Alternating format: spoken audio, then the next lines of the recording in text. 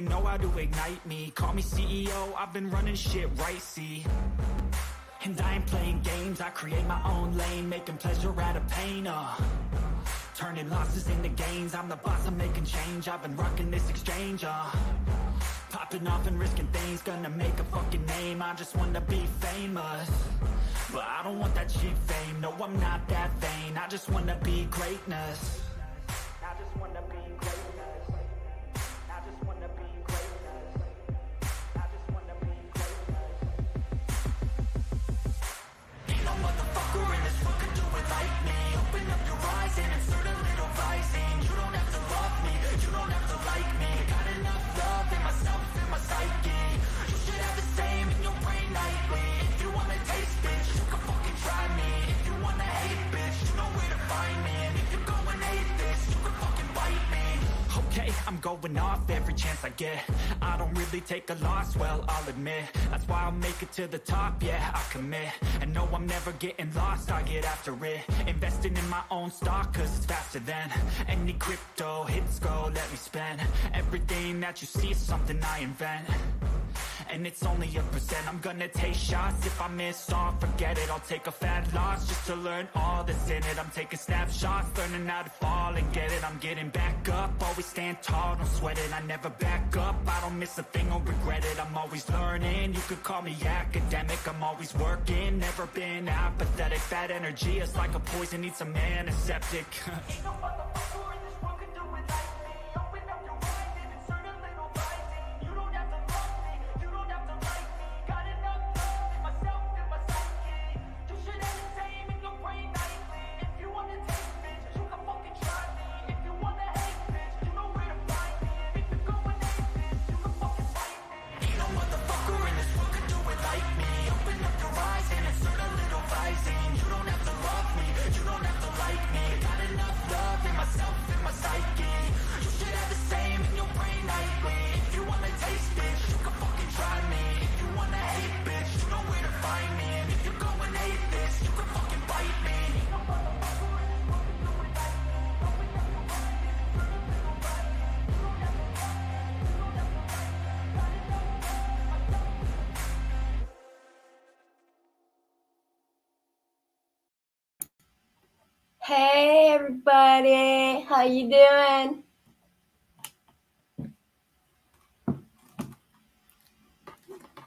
Hopefully today StreamYard won't be behind. Hi Dippy, hi Honey Pie, hi Tiffany, Judy, hey girl, hey Shug, hi Jean, how is everybody? So before I begin, like I always say, I'm on other platforms also, but my main channel is where you can see each other chat, and that's Kit9168. Also, let me know if I'm behind on the chat and all that, because I was having problems the last time I went live, where I was like 3 minutes behind and like anywhere from 20-30 seconds to a minute on comments. Like I would go to respond and it would take that long for it to pull up.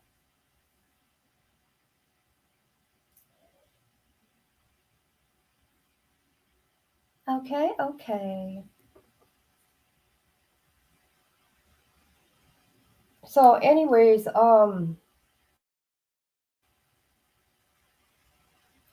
was a crazy delay. It wasn't making any sense in the conversation with people at all. And I'm really glad that Shug pointed that out to me too, because of people like, you ain't making sense. Well, yeah, it's not me, it's StreamYard. And I'm going to try a couple things here with you guys. I'm going to try out this new mic and headphones. And hopefully I get it to work right before I do my live for Letecia tomorrow morning. So this is pretty much going to be an easy going one, because I'm not a professional at this, you guys. I just do it. Be me.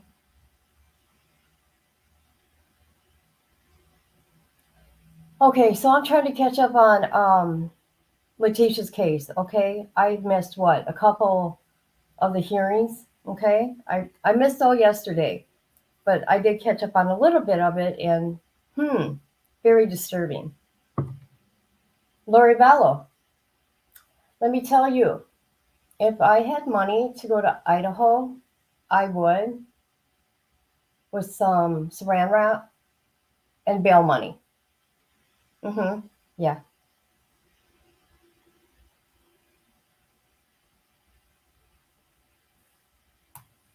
Is that too much, you guys? Hills in the air. How are you, sweetheart? I want to hear the rest of that. Yeah, I'm going to play that. I only got to listen to like I want to say 5-10 minutes. Hey, what was I gonna say? Honey pie. Can you let me know where you got the whole anthropologist one?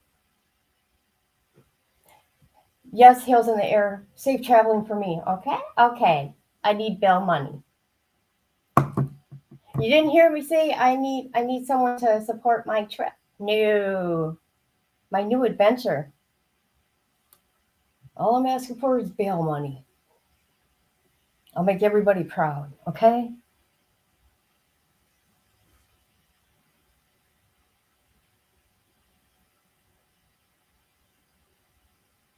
Okay, I'm not going to try out this microphone thing yet, okay? That'll be at the end. So I'm sure you guys just want to get into it. But there's some things I want to share. Okay, I want to talk about some things with Letecia. I seen that crazy, I couldn't believe it's like she morphed into something. Okay, she knew what she was doing, but that was some weird movements that she was making. Yeah, JJ and Tyler. Yeah, it's what JLR carries. Oh, yeah, right.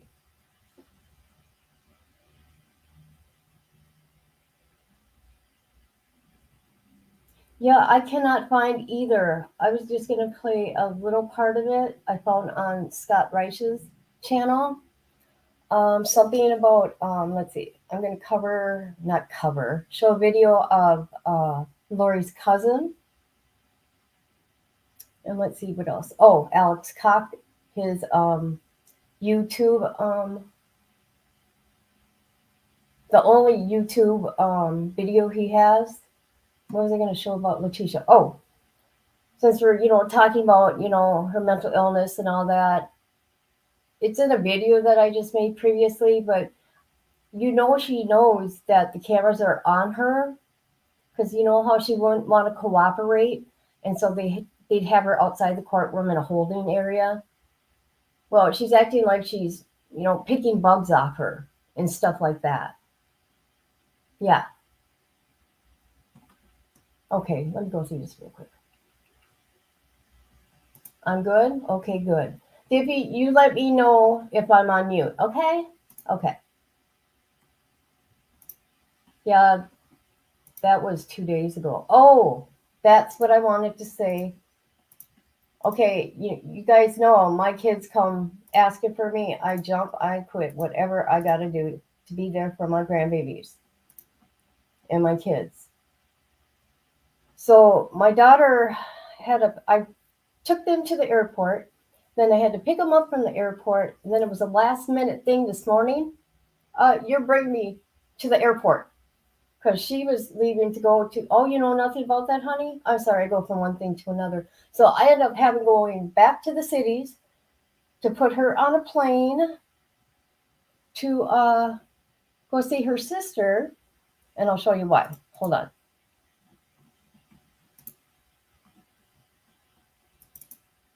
So it was a last minute deal.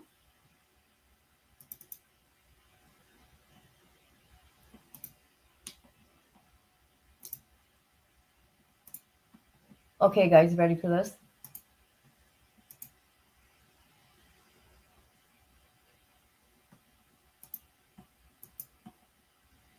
This is what she's going to do.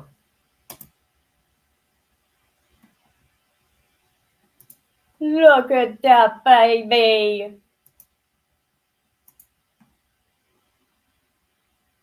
That's my newest grandchild. His name is Cooper. I know, ain't he precious? I got the cutest grandbabies. We all do, don't we? Kids, grandbabies, niece, nephew, you name it. So yeah, she gets to go there. I'm poor, so I can't. But yeah, okay.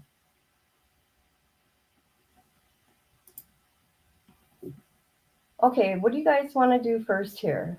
Um, should we watch the Alcock's YouTube video? The only one. Should we do that first?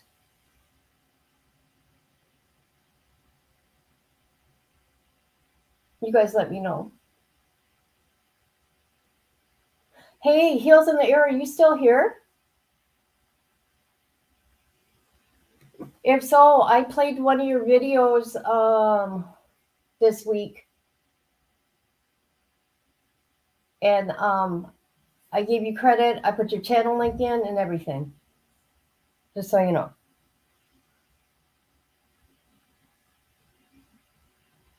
Oh, you're going to be a grandma?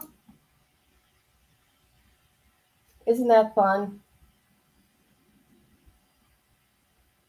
Yeah, I got 9 grandbabies. So I'll be showing some up-to-date stuff we just did. I got some funny grandchildren. I got to surprise them. I showed up at their school. They had no idea. I don't live close to them, so it was a big surprise. We'll do the Cox video. Yep. Thank you. Okay, I'm going to play this video. And can you please let me know if there's an echo so I can fix it immediately? Oh, look at that precious baby.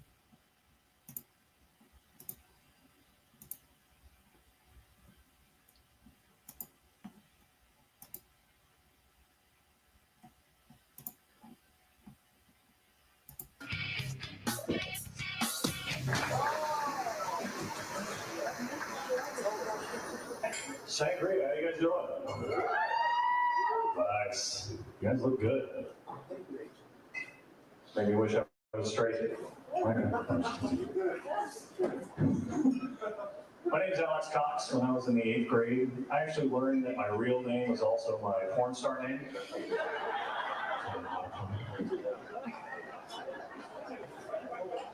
Driving up tonight, I drove out from Queen Creek, and it took me 11 hours. And apparently all the snowbirds don't live out of state, so I was behind this lady, and I'm just thinking, I would really love to drive this lady into a ditch. You know, it would have felt better.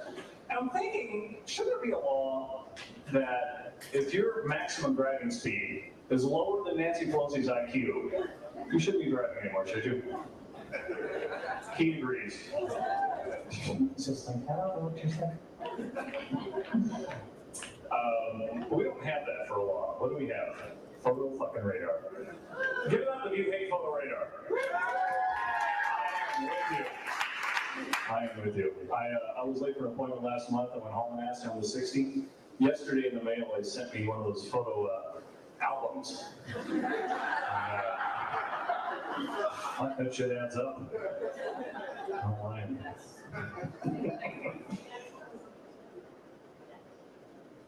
Who got what coming? I had a picture taken today. Did you? Were you topless like I was? Yeah. I had the battery, the lighter, and the clamps. Delightful. Worth every penny.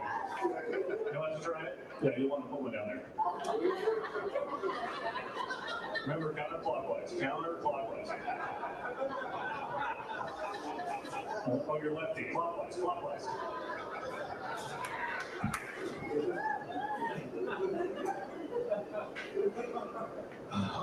We did stop for gas on the way up here. Stop at I-17 on Camelback. And is the economy that bad?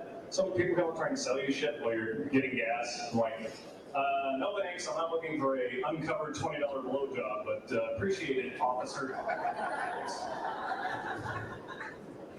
Need that. I was fortunate enough to do a little jail time last year. I'll confess to you guys. You ever had something that you knew was the right thing to do, but it turns out that later on it was a felony? This is a true story. I found out that my ex-brother-in-law was a pedophile, so I took a stun gun and I discharged it right in his nutsack. And in Texas, that's a felony. I'm thinking, maybe I'll get a handshake or a parade or something. I got probation. So they arrested me here and they held me out here in jail. And I learned something when I was here at Maricopa County Jail. I learned that I was the only white guy in there that did not consider crystal meth one of the 4 major food groups. Remember the last guy here from Superior? Meth capital of the fucking planet. I think they invented it there. Anyway, Superior, not him. She's just not that mean. I'm a felon. Anyway, so while I was in jail, I also had a religious experience. I found Jesus. I found Jesus Ayala, Jesus Jimenez, and Jesus Garcia. They were all in my cell, and they all shared a bunk. I found out Christmas is wrong. Jesus was not born in Bethlehem. He was born in El Salvador. He was not a carpenter. He was a roofer, a tiler, and a landscaper.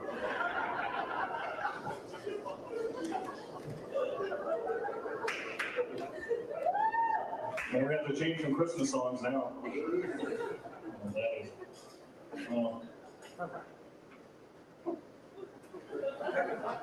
I just got back from performing for the troops. Give it up for the troops if you would. I love those guys.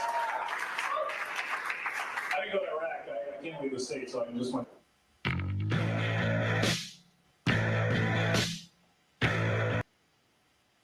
That's it.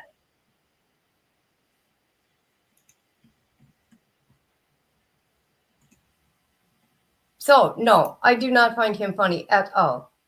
Hey, Sav, how you doing?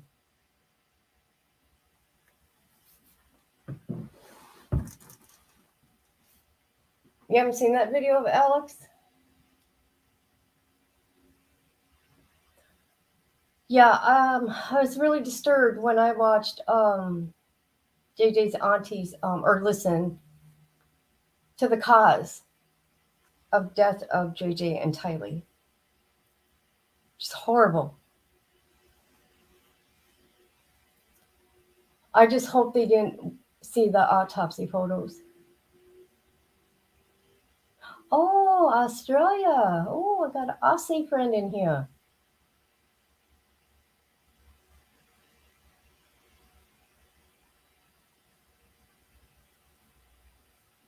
Okay, and now I will show you from East Idaho News. This is Lori's cousin.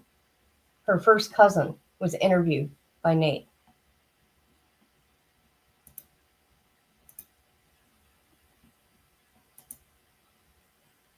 Where's it at? Here. Nope, that ain't it.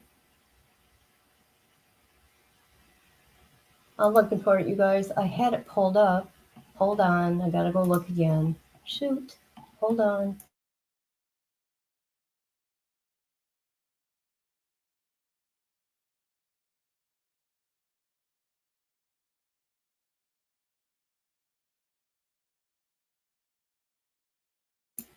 I didn't find him funny either. Okay, I found the video.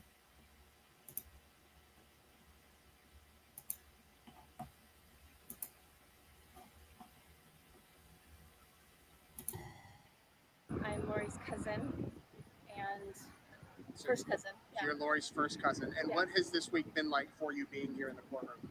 It's been terrible, horrible. Good, like healing. It's giving us some kind of what would you call that? Like the process. We're going through the process now, and it's feeling better that we're not just sitting and thinking about it ourselves. We're getting our own answers, and we're getting to see. I don't know, and to see that this Lori isn't the Lori that we grew up with. Like it's a totally different person. She's not. So I feel like I'm saying goodbye to her. Like I'm done with her now. I don't have to I don't have to think of her anymore. You know, she's not Wow. anything to me. So it's like a funeral for Lori. So when you That go sounds into bad. the courtroom and That see sounds her bad. every day, do you recognize her as the aunt or your I cousin? do. Like, especially when she looks over and makes eye contact, and you kind of smile, and she does a little, and you're like, well, we're here for you, so it's kind of your fault. But it it's still hard because you still see her, and you think automatically Lori, so you smile back, and then you're like, wait, I don't like you. You know, you look away real quick. And I did a lot of that with Summer yesterday, where we both like make eye contact with Lori, and then we look away and we don't look. Because that's the natural response to smile when Yeah, someone smiles because back. we love her. Like, we grew up with her, and she's a happy memory. You opted So to view the autopsy photos. Tell I me did. why. I did it kind of in support of my sister because she wanted to also, but I kind of wanted to do it to see for sure, like to know in my own head that that was them, and they're gone. Like, it's like I said with a funeral, like you would do that at a funeral. You want to say goodbye to the body, and I don't know that we'll get that chance anytime soon. We've been waiting for a very long time, so memorials aren't the same. So I wanted to see it to know that it's not them anymore. And what was that like? Horrific. I'm really glad they didn't show those pictures. They shouldn't be out in the public. People shouldn't have to see that. And I'm very grateful for all the people that are going through this process that have to view these things and that are willing to testify about it. Just some of these experts, like, they had to spend so much time on these horrible, horrible things. And I hate that for our family, that we have to go through it, but that this is rippling into other people's lives. And that's just, it's horrible. So I'm grateful that they gave us a chance to see them, but that they didn't make it public for everybody. That was good. Anything you want to add? Well, I'll quote my dad, like, thank you so much to everybody. Like, this has been really interesting to see all the people involved. Because you don't hear that on the news. Like, I know you're here and you're covering it, and I know that there's the prosecutor and I know there's the defense, but I get confused all the time. But this is all, everyone's real now, and seeing things, it's just really, it's overwhelming how many people are involved in correcting this kind of horrible thing. So And not only that, but the followers are from all over the world. all over the world. Uncle Rex has been talking about that. Look, there's someone from South Africa, there's someone from Australia, and he's just, it's really become more of a positive thing. Before, we were scared of the media and the fallout. People have a lot of comments to make about things when they don't know. And now that we've been here and seen some of the good things that can come from it, it's like, okay, well, everyone's grieving. Let's all grieve together. So What do you think what should happen to your cousin, Lori? I hope justice to the best of their ability. I'd like to serve. Like, I don't know what the options are, but I don't think she should be out on the streets with normal people. And since death is off the table, then I mean, it's going to be up to God what happens to her, and I think that's going to be more satisfying to us than anything that could happen here. What did you think of today? Today was rough. I've been here, this is our third day, and it was the roughest of the 3 days. Are you glad you didn't have to see the photos? I think I would have been okay with the photos, but since they gave me the choice and I could opt out, I opted out. I was glad because for a while there I was barely holding it together. So if I would have tried to see the photos in, for me to deal with that, I have to disassociate myself that what I'm seeing is Kylie or JJ. You know, if I put those two together, I can't handle it. Repeat what you said earlier about how this has kind of been helpful for you to be here with your daughters. It really has. Well, especially these daughters, well, all four of my daughters, I'm here with three of them. This is how we deal with it. We process, we talk to each other, even though we're long distance. We process. So being here together is really a great experience for us. Being in the courtroom, seeing how it all works, and we just process all we processed during lunch. We go back, we had a rental house, we just sat down in the living room and processed in the evening. That's how we try to deal with this incredible tragedy. And you mentioned, we talked yesterday, but you saw comments from all over the world of people Yes, sending their well wishes to you. Yeah, and Nate, your outreach and the people that respond to you is just such a wonderful healing part of this. Wow, huh? Unbelievable. If you listen to what he says, you can eliminate other things. Okay, I'm behind. Um, who is Dr. G? I don't know who that is.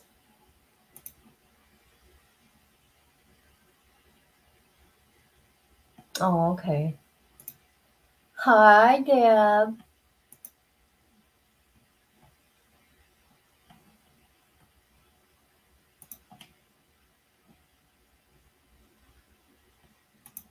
But if you listen to what he says, you can eliminate other things. So basically, oh my God.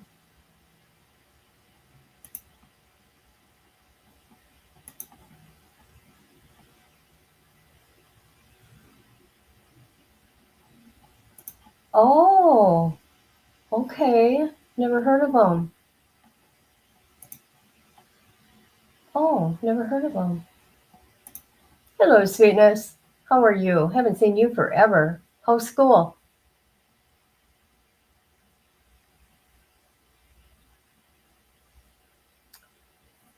Yep, instead of a 5 minute or 5 second leg, which it should be, it's about 20.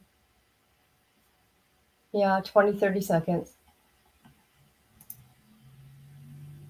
Yeah, I will look them up for sure.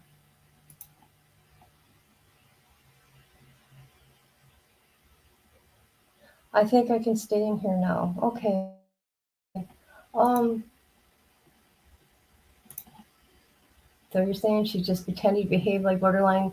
Are we talking about Letecia?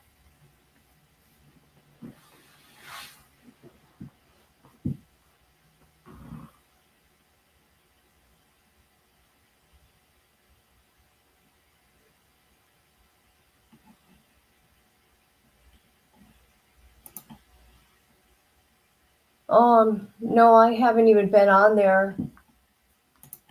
I will though, okay? Oh, I'm sorry about your knee. Oh, okay. Okay, yeah, we're gonna get to her too.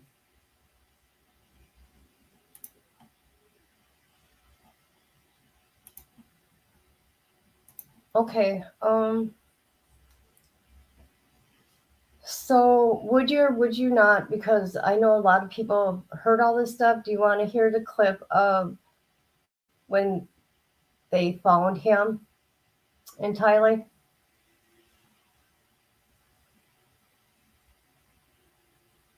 If not, we won't.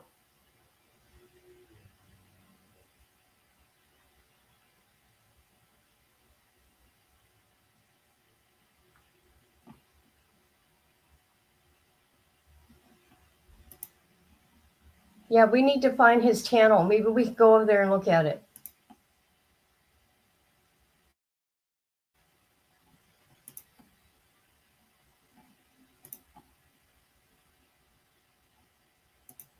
Okay, yeah, because I haven't listened to the whole thing. So we'll do a little bit of that. Let me know if it echoes, guys, okay? Thank you.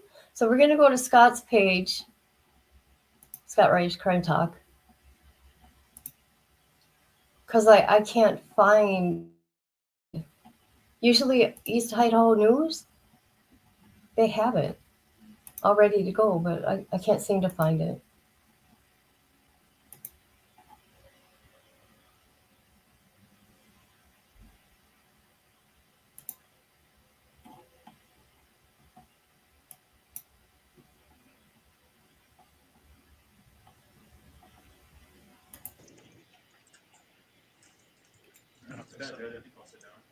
Okay, thank you, Mr. Rimmel.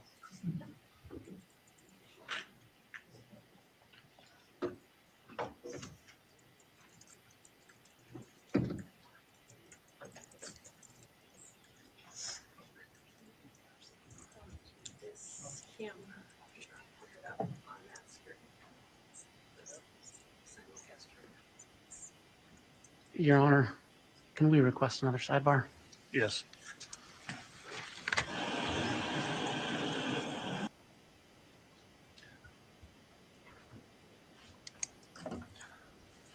All right. Apologies again for that delay. Working on the logistics here for a moment. I think we've got things worked out now, and I think we have cut one of the camera feeds for the simulcast, but we still have the audio in the other camera feeds.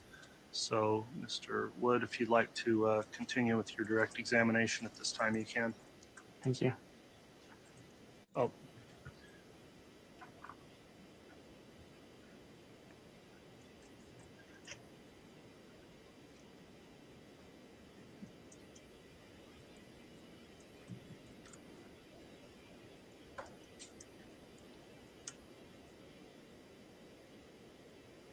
Okay, we're okay.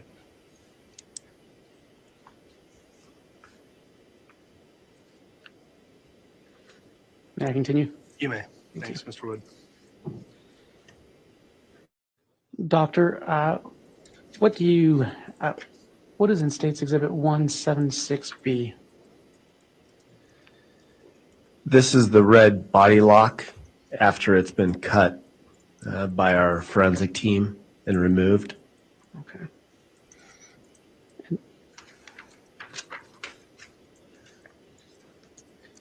Can you describe what you see in States Exhibit 176C?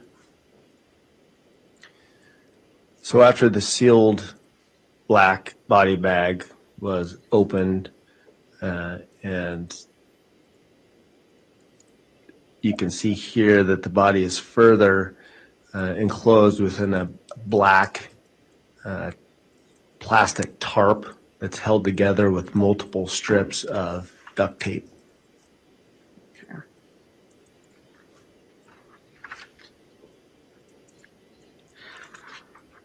And when you reached that point in your autopsy, what did you do? At that point, we opened that bag and we had to peel back some of the duct tape in order to do so. And then we handed over that black bag to law enforcement as evidence. Can you describe what you see in States Exhibit 176D?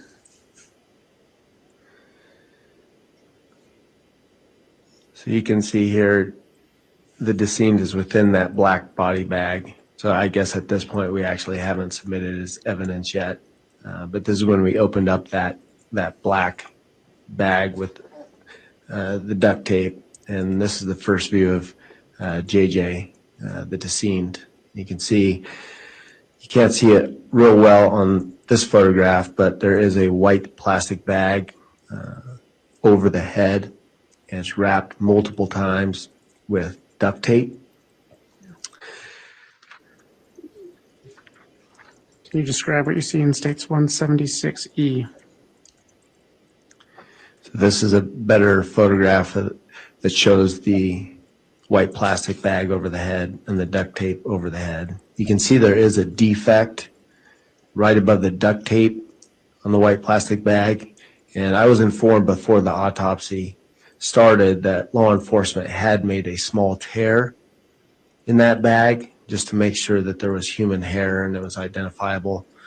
And so that's why that is presumably there. And is the area where I'm pointing my pen the defect you're referring to? Yes. Okay. In addition, you can see JJ is clothed in a red pajama top that's partially soaked with decomposition fluid. And you can also see that the forearms and the wrists and the hands are tightly bound with duct tape as well.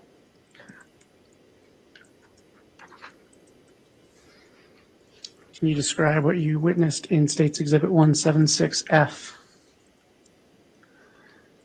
This is a photograph of the lower body now. You can see there's a blue and white blanket that partially covers the lower extremities. You can also see that JJ is wearing a red pajama bottom and black ankle-high socks. And then you can also see the duct tape. The ankles are bound with duct tape as well.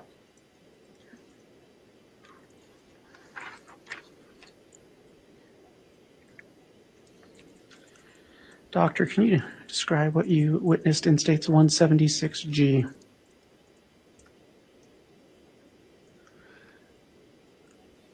This is essentially another photo. It's just a different point of view. Okay. And what did you observe in 176H? So this is a photograph with the blanket removed. You can better see what JJ is wearing, and you can also see the extent of the decomposition fluid on the clothing better, as well as you can see a small portion of his arm, his left upper arm, and you can see it's in a state of decomposition. It's got a kind of a tan, leathery appearance with skin slippage, which is consistent with decomposition.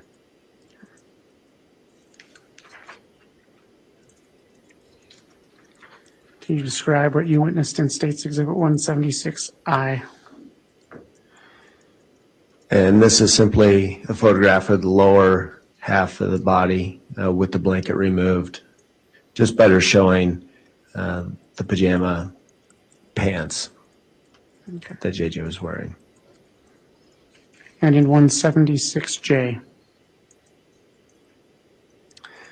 Again, the lower half with the blanket removed, you can see the ankles are bound with duct tape.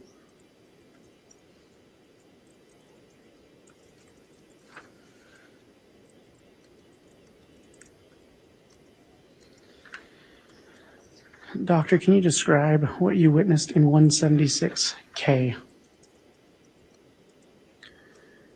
So as I mentioned, at this point, we're gathering evidence. So at this point, we made a single cut along the left side of the head to remove the white plastic bag and the surrounding duct tape. And we reflected it, and you can see a portion of JJ's face at least. And you can see that there's a strip of duct tape covering JJ's mouth that's essentially running from jawline to jawline.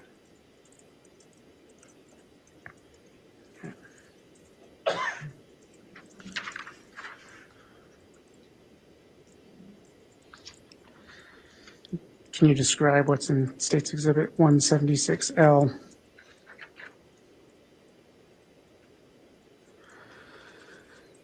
So we carefully removed the plastic bag and the duct tape from JJ's head, and that's a view on the inside.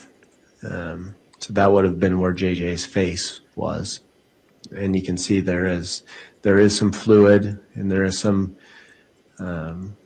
tissue, decomposed tissue, and that fluid is I interpret it as being decomposition fluid. It's common to get decomposition fluid or purge fluid after somebody dies, especially when they're going through the decomposition process. So my interpretation was this was some sloughed off skin from JJ's face and decomposition fluid or purge fluid.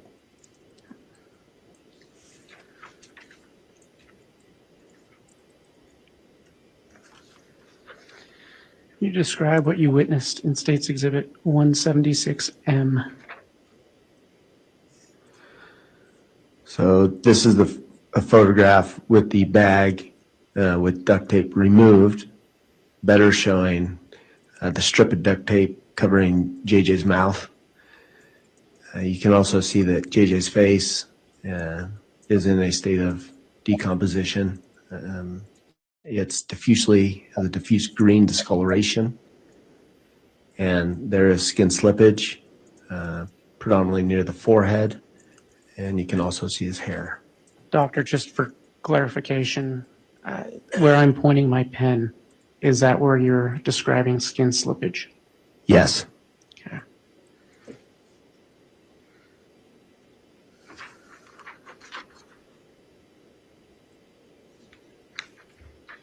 Can you describe what you observed in States Exhibit 176N?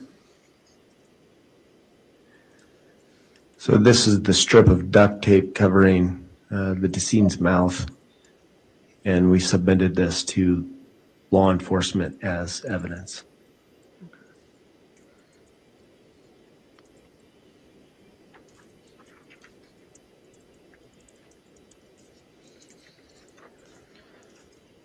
Doctor, will you describe what you observed in states 176O?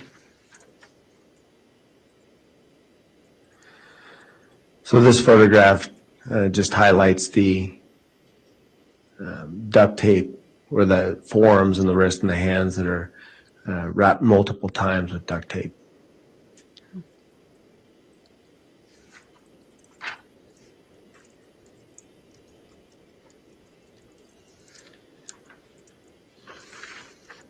And can you describe what you observed in states 176Q? Yes, so I was within the bag and the duct tape over the head. The decision was made to make a single cut across and reflect the duct tape binding the forearms and wrists and hands. So that is a photo after the single cut is made and it's reflected. You can see JJ's hands. You can see that his wrists are further bound with duct tape, additional duct tape. And you can see on the inside of the large piece of duct tape, there's decomposition, changes and fluid similar to the bag over the head. Okay, and just for clarification, doctor, is where I'm pointing my pen where you referred to the additional duct tape? Correct. Okay.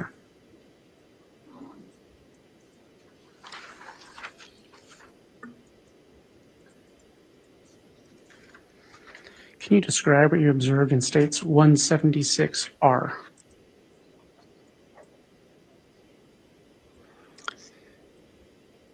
Yes, so this is the large band of duct tape that is now removed from JJ's arms, and this is how we submitted it to law enforcement. This is still looking on the outside, so this is looking at it as you saw it on JJ. Okay. And can you describe what you observed in states 176S? Oh, sorry. This is the same duct tape, and it's just flipped over, and now you can see the inside of the duct tape. I guess the only thing that's really notable is that you can see the decomposition staining on large portions of the duct tape.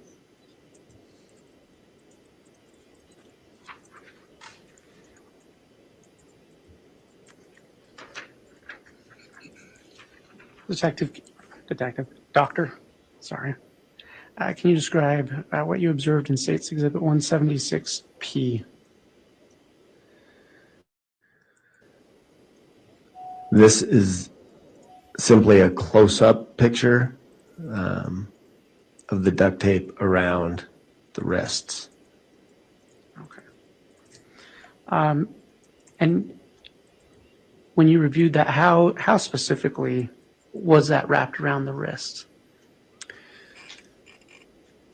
Right, so how was it wrapped around a wrist? So it appeared that it had been wrapped around one wrist, and then the other wrist had been laid on top of it, and then that was wrapped around the other wrist separately. So they weren't wrapped together per se, but more like one was wrapped, and then the other one was wrapped.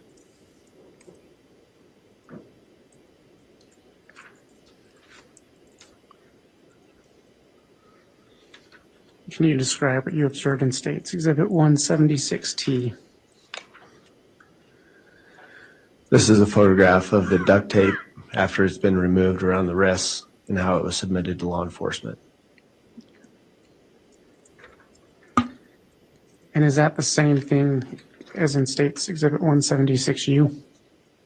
Yes, Just the opposite side? that's correct. Thank you.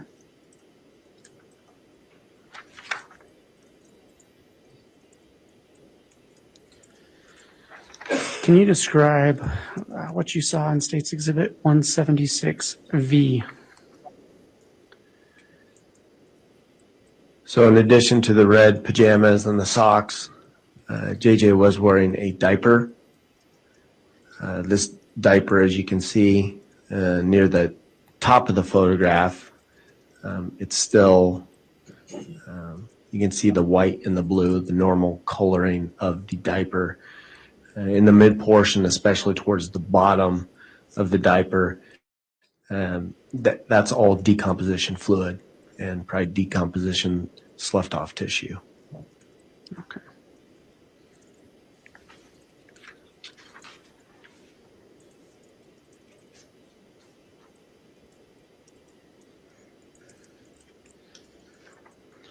What was the significance of your examination that's represented in State's Exhibit 176X? This is a photograph of JJ's face. The importance of that is, one, we always get a photograph of the decedent's face, just as part of the normal process. Two, at the time, it did help us with a preliminary identification, visual identification, based on photos that I had seen and everyone else in the room had seen, that this did look like JJ. So it served that purpose as well.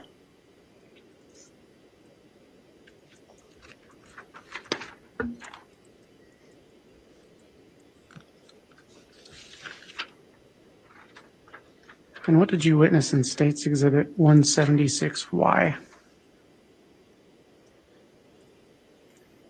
This is a photograph of JJ's upper body, including. I'm going to stop this. Okay. I'm sorry, guys. This is so much. Yeah.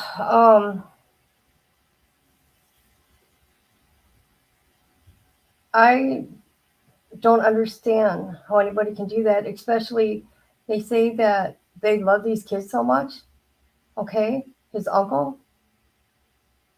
I don't get it. Okay, what I did hear though, yeah, he was suffocated. They know Tylee was homicide. Can you imagine? I can't imagine.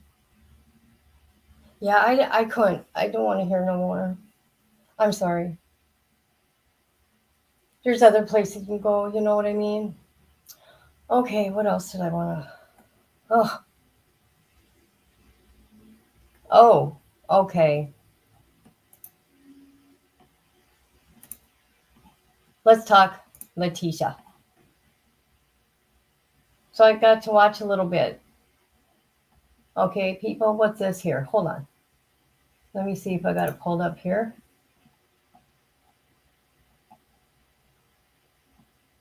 You ready? What the hell is this?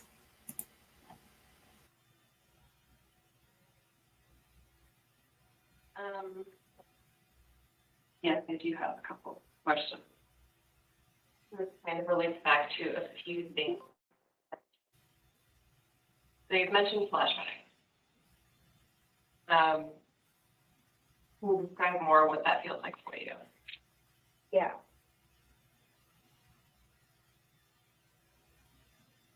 So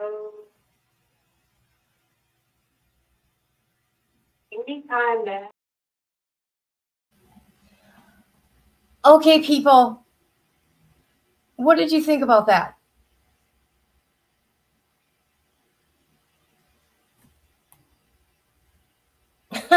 You don't want to visit Letecia? That's funny. Okay, see, it was really hard to, I had to watch it more than once, that part. Because, you know, she's like a little actress, okay? Yeah, I know, I agree. She has to have some type of mental illness, okay? But watching that, her eyes even did some funny stuff. But maybe she's been practicing. Because at that point in time, she'd been locked up and PC in her own cell for how many months? The devil is hard at work and has absolutely no boundaries. I know. It's too hard to cover kids' cases anymore. It really is. It's too much. What was she doing with her hands? I don't know. Okay, I want to watch it again. Then I'm going to show you a video that I got of her picking at her arms at a previous court hearing when she couldn't behave herself, so that she's like in a holding area. Okay, let's watch this again. Just watch her eyes.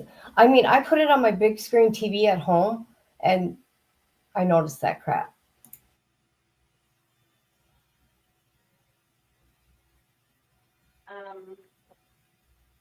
Yes, I do have a couple questions. This kind of relates back to a few things. So you've mentioned flashbang. Can you describe more what that feels like for you? Yeah.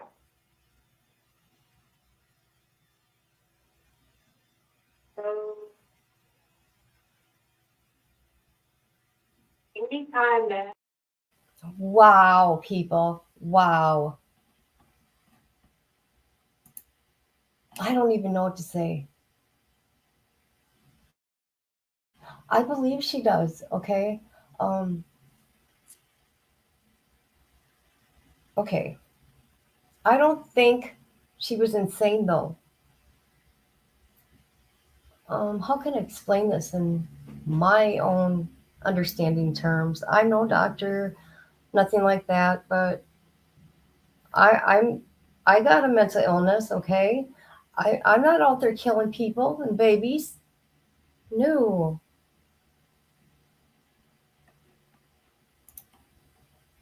Yes, an Oscar.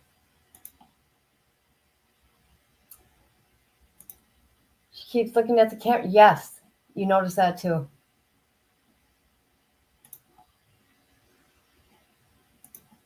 And Maria is the bad one who does crazy, horrible stuff. Really?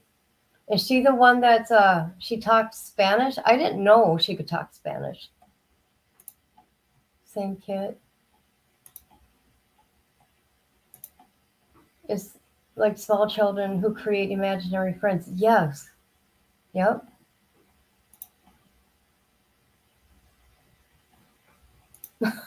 What was that? The head and shoulders of you know what it kind of reminded me of, kind of. Oh, what's that show? Come on, people, help me. Um, with Linda Blair, The Exorcist. Yes. Okay, we're gonna watch it one more time, and then I'm gonna show you. Okay, first I want to ask you people. I'm gonna show you with her picking in that room. However, what I put in with that video, her having a conversation with a friend.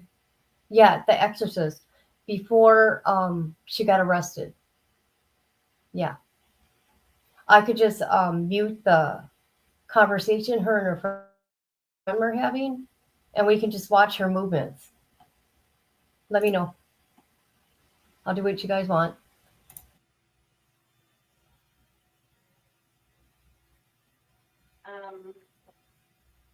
Yes, I do have a couple questions. This kind of relates back to a few things. So you've mentioned flashbang. Can you describe more what that feels like for you? yeah.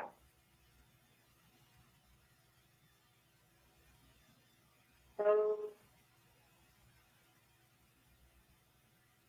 anytime that Wow. So yeah, I just clipped that because I seen that. I'm like, no way, no way. Oh, you know somebody with DID? Maybe she reads. Okay, you know what she told me? Oh, I'm going to get into that here too on this live, people. Wait till I tell you guys. You know what? I got to go research it even more. So because of watching that and finding out more about her and her evil tendencies. So do you want to listen to the phone call along with watching her, or should I just mute that part of the video? You got the defense wish. Oh yeah. I think Judy sent me it too. Or is there a new one? An up-to-date one, I mean? You know what? I haven't been around this week, so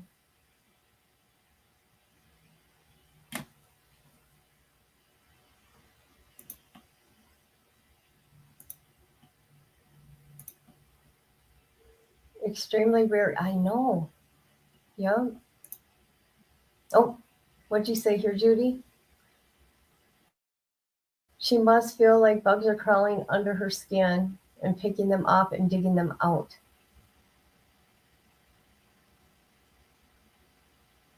Oh, you checked today? Okay, just making sure, because I guess they can add people too throughout the trial. I didn't know that.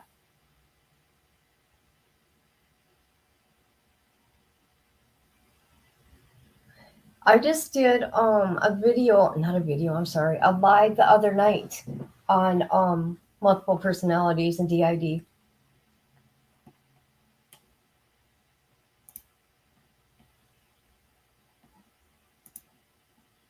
There's like 12 people. Harley again. Oh, poor Harley. Yeah, because in this video that I'm going to show you guys. Okay, good. I'm so behind. She's looking up at the camera. Okay, yes or no? Do you want me to play the audio with it, or you just want to watch what she does?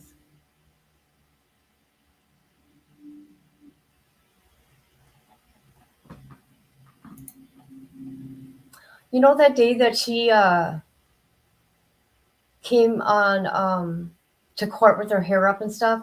I think her attorneys are doing this stuff, telling her what to do. I swear to God. Do this for tomorrow. Do that. I'm sure they do. Yeah. Okay. Okay, I will show you this. Watch her movements, but this is a phone call she had with a friend, I think it was, of hers. They say unknown caller, but before she got arrested. So I'll get right to it, people, right now. I want to do what you people want to do, not waste your time. Well, here, we'll watch the whole video. Hold on, it's what, 5 minutes long? Oh, let me take this off the screen. I'm sorry. Here we go.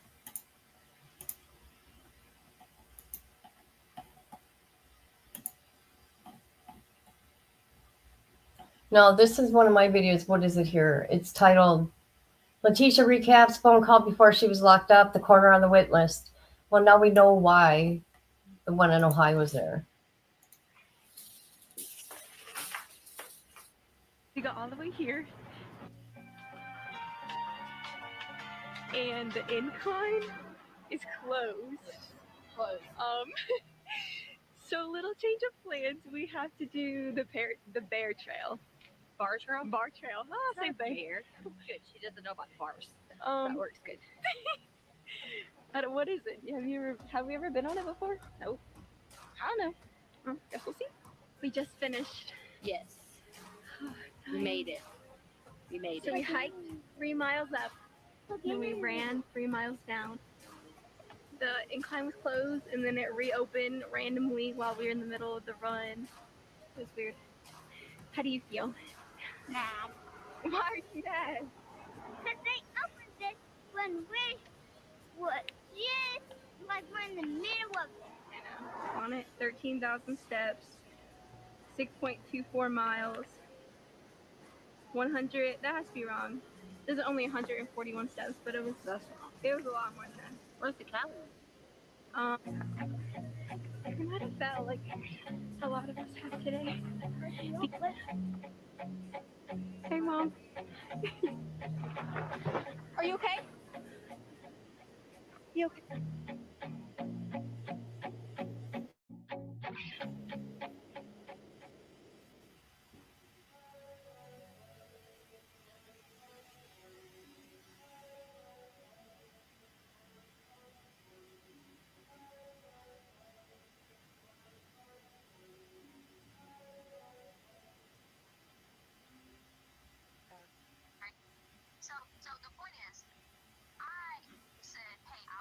Hold on here. Let me turn this up. Take them to school every day. Her mother or father was to pick them up, which they did because they didn't have a home.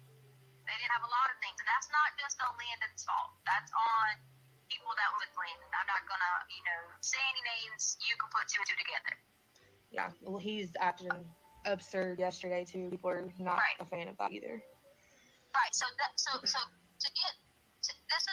yes, in my mind, did I think that for a second? Absolutely. Not that she was physically going to do the harm.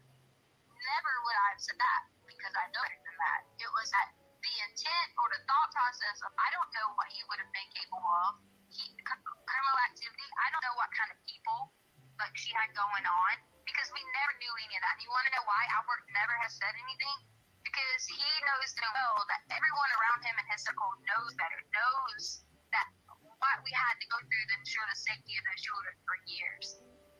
So did I think that? Honestly, absolutely, and I would not change my opinion on that. No, I do see where you're coming from with the aspect, with that. I mean, with you explaining, she did get told she's not supposed to have visitation except under certain circumstances. And, I mean, people are not necessarily, I don't want to say dangerous, but dangerous is a good word for it, I guess, if you don't know their intentions. And some people have bad intentions. So if he was a bad influence on her, then no, I guess the kid shouldn't have been there. That makes sense. But no one's knowing that. The way it looks now is supposedly you guys were all okay, and then all of a sudden he just went missing, and now you hate her. No, that's not the case. So, her mom had even written a letter that said all the times that she tried to go rescue the kids out of these situations, and it never happened. Her mom wasn't successful, because people are going to do what they want to do regardless. You might get suggestions from your mom and things like that. Let me just say, her mom and dad are absolutely wonderful people.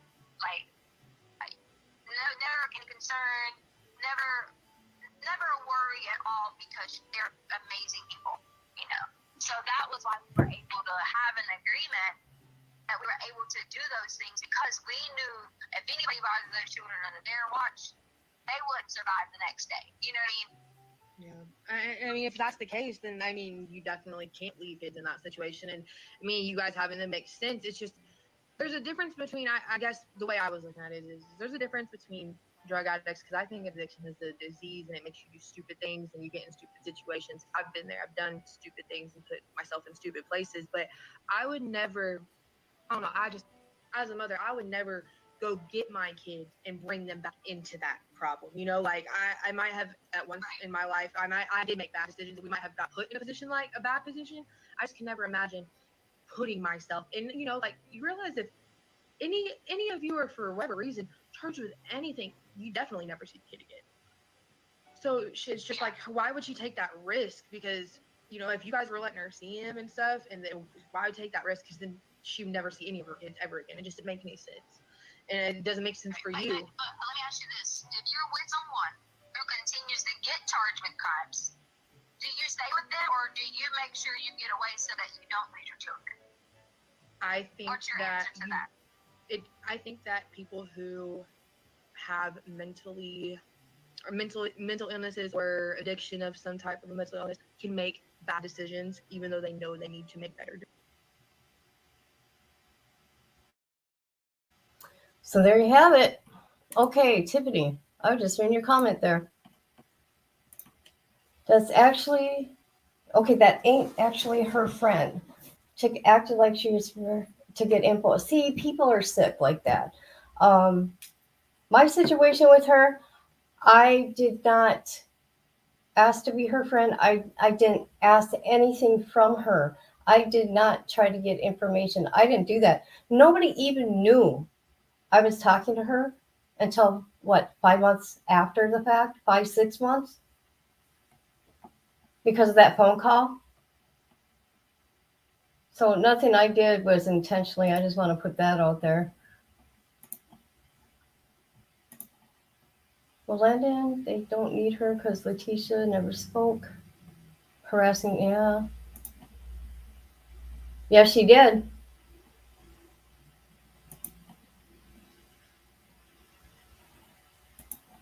It's all lies. Yep.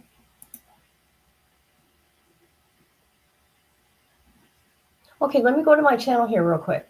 I'll find it.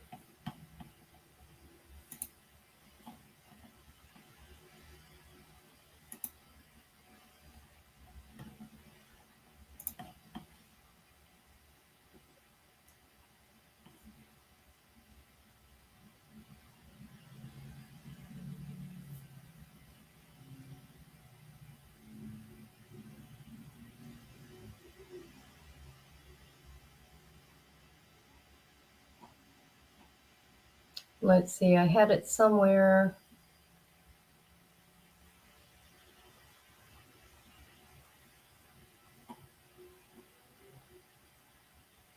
Hold on, people. I'm looking for something. I would never think that about you. You were all just trying to find G-Men.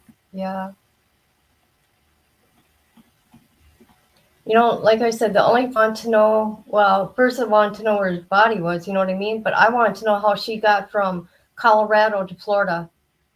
If the FBI, you know, I don't know.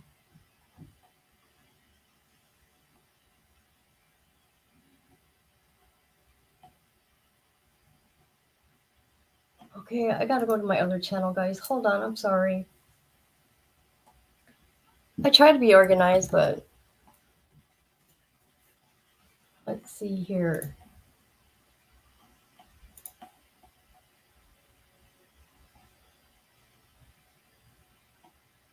Oh, here we go, here we go, here we go. This is funny, you guys. Okay, you want to laugh? Well, you're gonna kind of laugh. Okay, this is a video here I did on Letecia about her past crimes. Oh my God, look who's here. Angel, how's my angel doing? She had a watch computer she wore. Looks like she was, oh, okay. Remember that, what? When the FBI didn't follow Brian Lauder? Oh, yeah, yeah. Hello, my sweet angel. I can't wait for Dr. Lewis. Oh my God.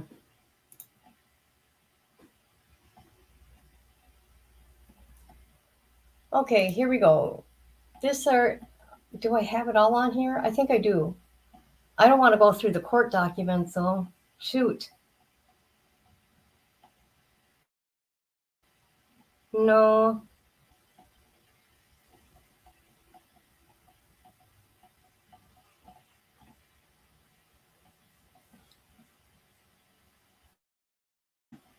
Well, let's look at this for a sec. Oh my God, you guys, I wish I was more organized. Monday? Okay, I'm not going anywhere on Monday for sure. My name is Letecia Harding, and I'm a resident. Has anybody seen this? Because I haven't. Tisha Lynn's page. Let me read it to you. Hello, everyone. My name is Letecia Harding, and I'm a resident at Pembroke, North Carolina. I am a senior at political science major and currently work at the UNCP Computing Center as Brave Tech. I enjoy playing softball, hanging out with my friends, just living life to the fullest. I plan to teach law. What? I'm sorry, you guys. I plan to teach law in the future. Okay. And also volunteer to help kids with their education and family problems. Okay. My mother's name is Deborah, and she's the best mom in the whole wide world. She has encouraged me to pursue my dreams and never give up.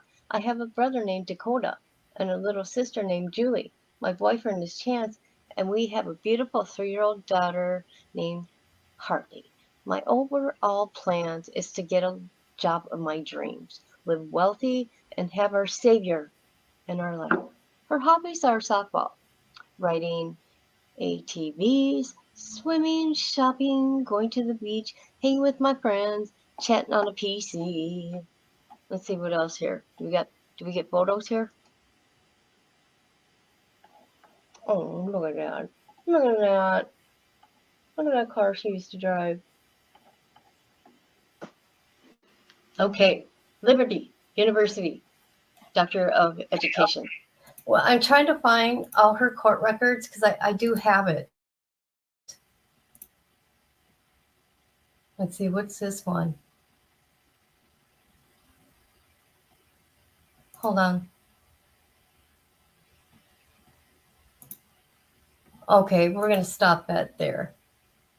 Because off the top of my head, I cannot find it. But she has many past charges. I mean, she did a bomb threat at her school. She has a problem with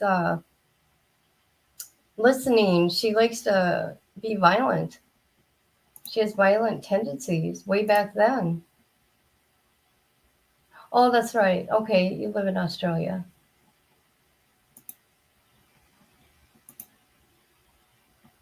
Hello, beautiful people. Oh, my G's here. Hello, G. Finally seen what car she had in Colorado.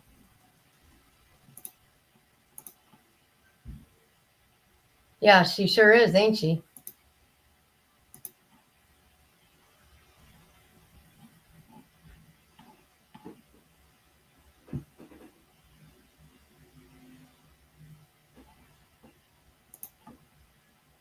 How does a person as a teacher with a criminal history get a teaching job in the USA? I don't know.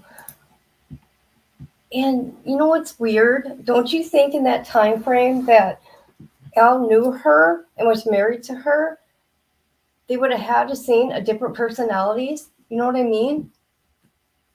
Don't you think?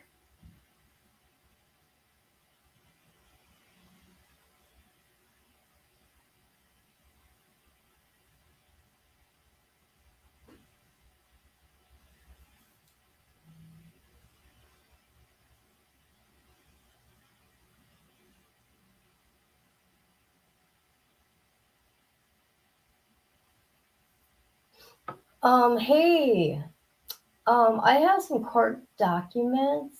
There's quite a few. Would anybody want to go through them right now with me? Some of them. It's 20 pages. It's in her writing, mind you. And the reason why I bring this up is somebody with a sound mind would have to do these documents, okay? Because she's suing, remember? She's suing the jail. She's suing WellPath. There's 4 people in her civil lawsuit, you guys. Did you know that?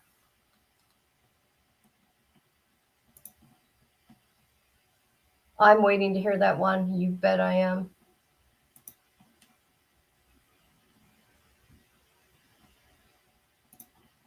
You know what? It sounds like he traveled a lot or was away a lot for his job because it's military. I don't know. No, I just don't want to waste you guys' time. You know what I mean? And if there's anything you want me to go look at, because I haven't really been on here that much this week, so I've missed a lot of stuff.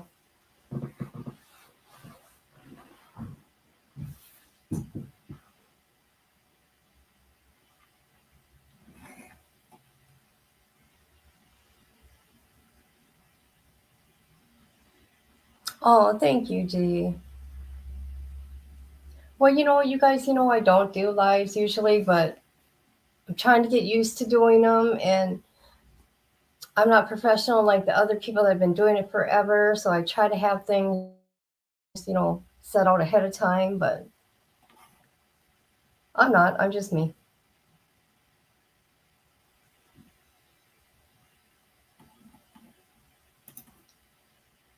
I have a feeling that to get the children back to her. She told me that. She said that she was helping Landon get the kids.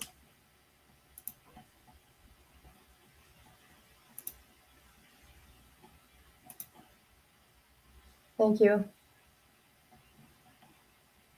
It's very kind of you to say. No, you're awesome, G. You're awesome. I'm far from professional. I go with the flow most times. You know what? I'm me, and the only thing that I'm way, way hyper in life, and I got a really bad potty mouth, but I pretty much try to be my best behavior online, and I don't go out to hurt people. You know what I mean? Intentionally, anyways.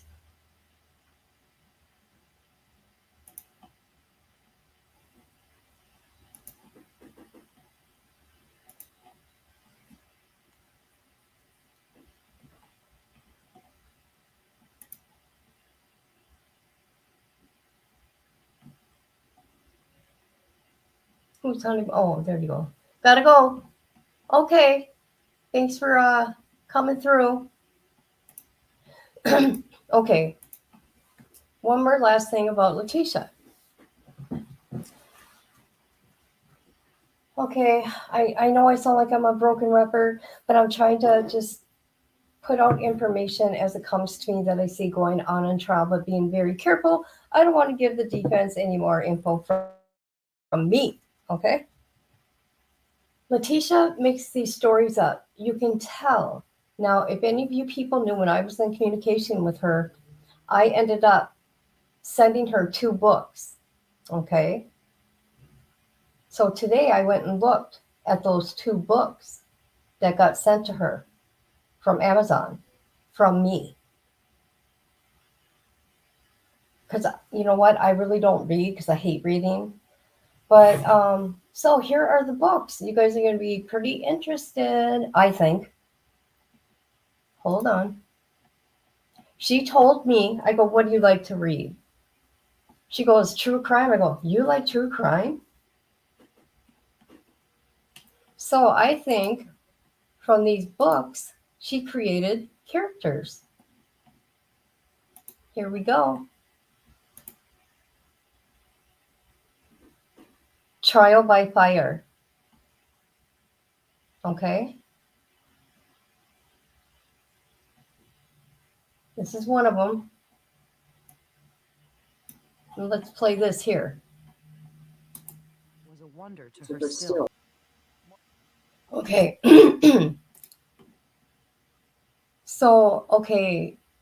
Any books, Trial by Fire, there's like 5 different ones. I think there's 5. Trial by Fire. Okay. It's a series. There's 17 of them. Okay. So if anybody wants to check into that, that's what she likes. So any of these books here by that lady,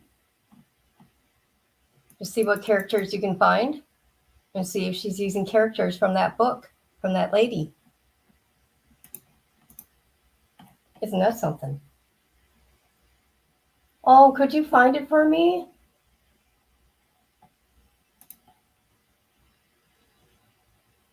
Oh.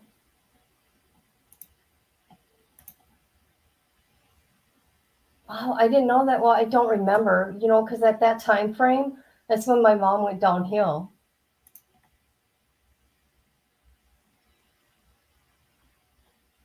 They don't have the death penalty in Colorado, though.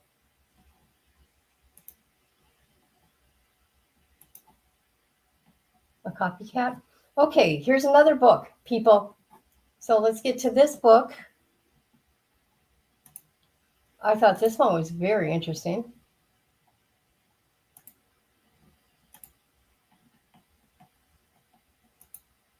Okay, it's called James Patterson, The Quickie. Okay. It's about a damsel in distress. A New York cop discovers her husband Leaving a hotel room with another woman, she decides to beat him at his own game, but her revenge goes dangerously aware, and she finds her world spiraling into a hell that becomes terrifying by the hour. I really know his coworkers. Maybe they were actors hired to show up whenever I was planning to come by. Why do you ask? Paul finally said, ever so casually. That hurt, almost as much as seeing him with the stunning blonde in Manhattan. Almost. I don't know how I managed to smile at him, with the Cat 5 hurricane roaring through me. But somehow I managed to pull the tight muscles of my cheeks upward. Just making conversation, I said. Just talking to my husband over dinner.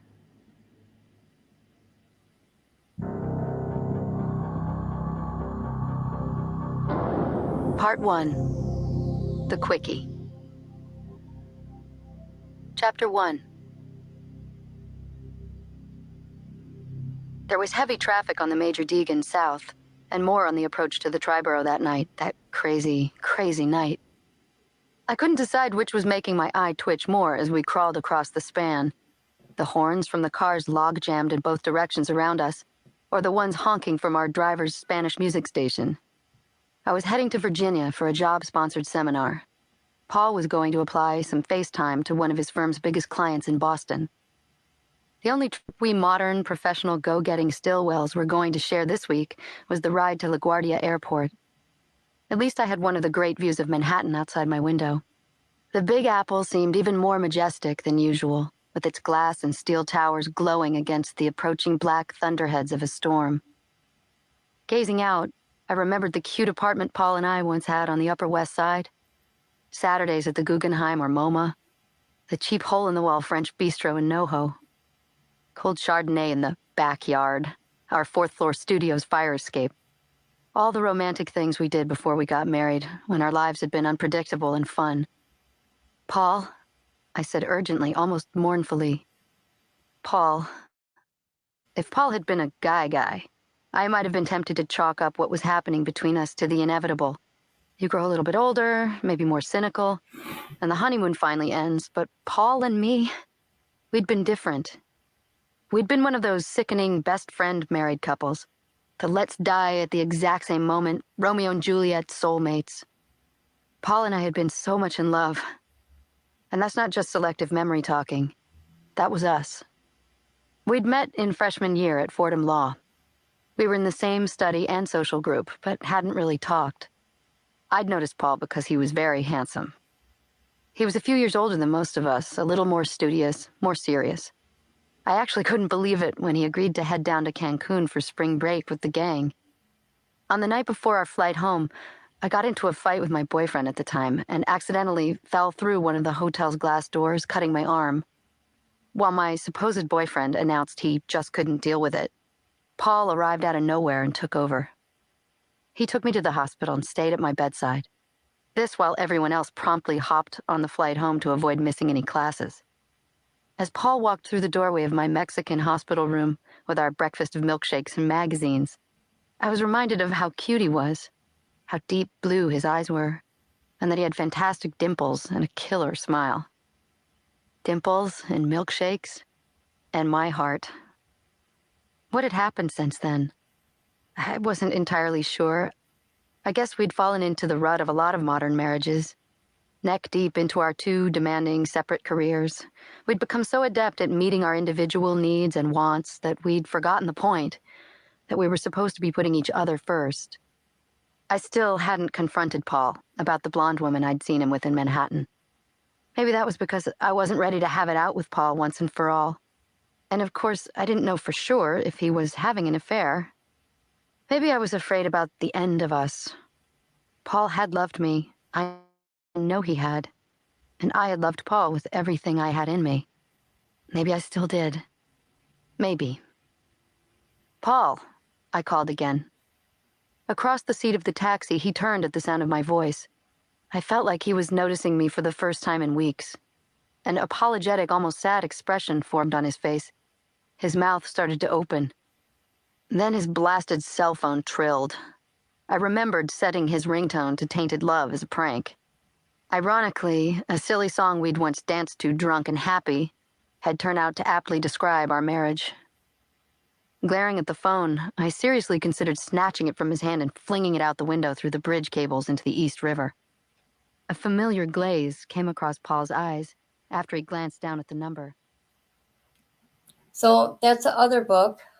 I can't think of the others, but look at any of the books, Trial by Fire, okay?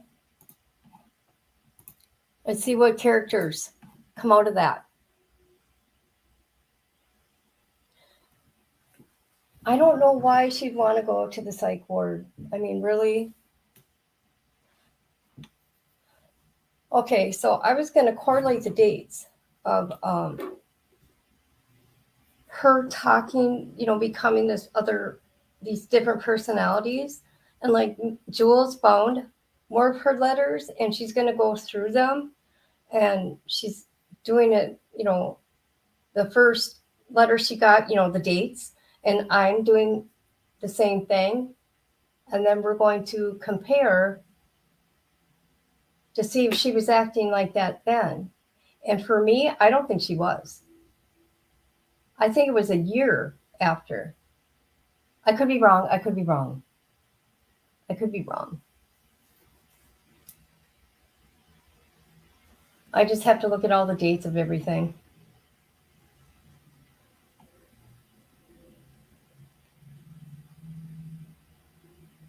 Hey, Angel. Do you want to see a precious baby? Hold on.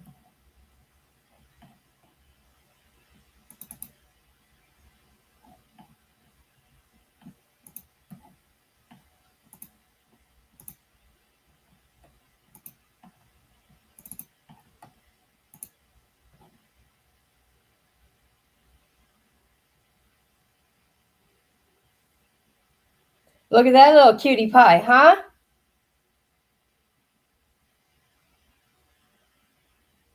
This is Cooper, my newest grandbaby.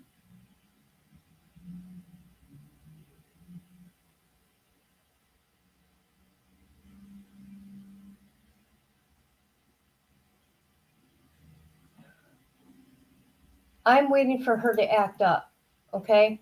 That's what I'm waiting for.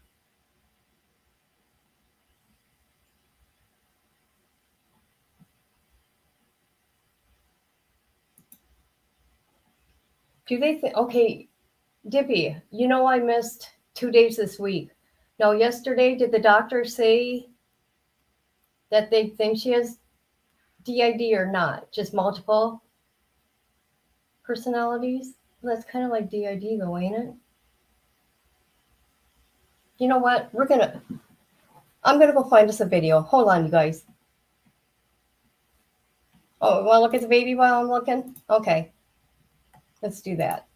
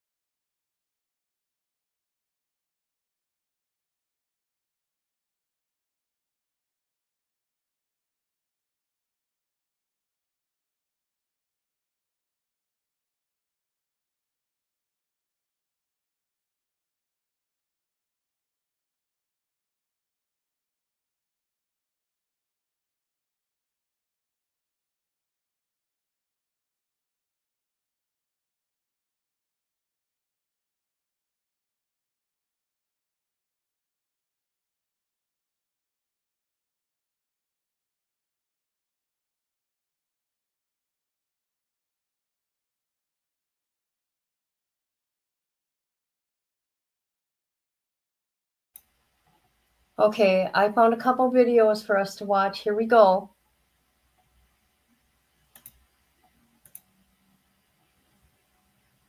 Hold on, please. I gotta turn the volume down. It's kind of loud. Okay.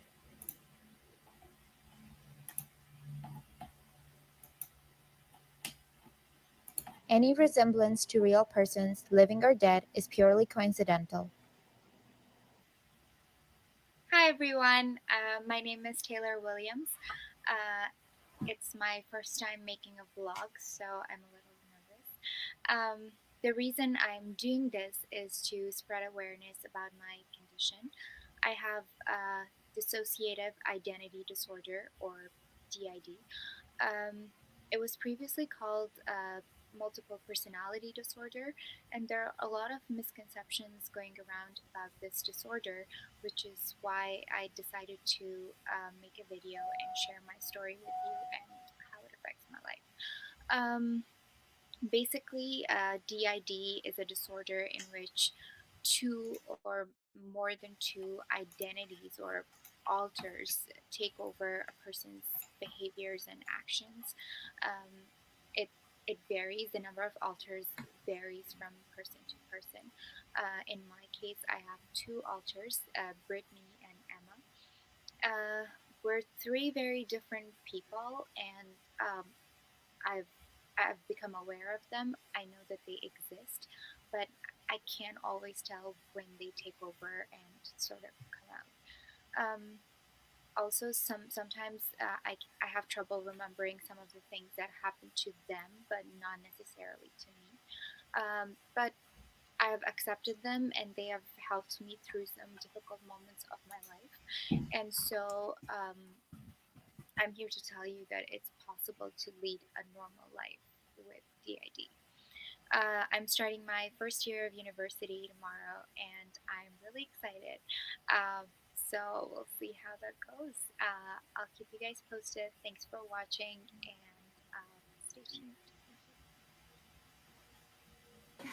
Hey, honey. Hi, morning. Did you sleep well last night? Kept waking up like always. Oh.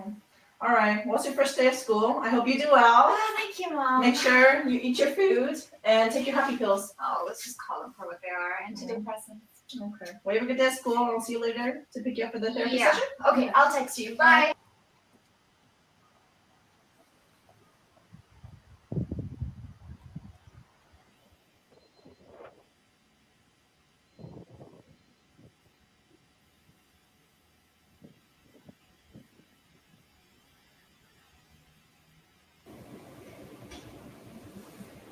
Oh my god, this class puts me to sleep. Tell me about it. I know, man. Like, this prop literally puts me to sleep. I wish I could just be at home making music instead. That's really cool. You make music. Yeah, I do. It's pretty fun. I'm Sarah, by the way. I'm Brittany. Nice to meet you. Yeah. I know, man. Like, university is not for me. I don't Yeah. even know why I'm here. Like, I would be sleeping in I don't lectures think anyways. anyone knows, but you make music. That's really cool. Thanks. You should come see me. I will, for sure. Of course. Just let me know. Shh.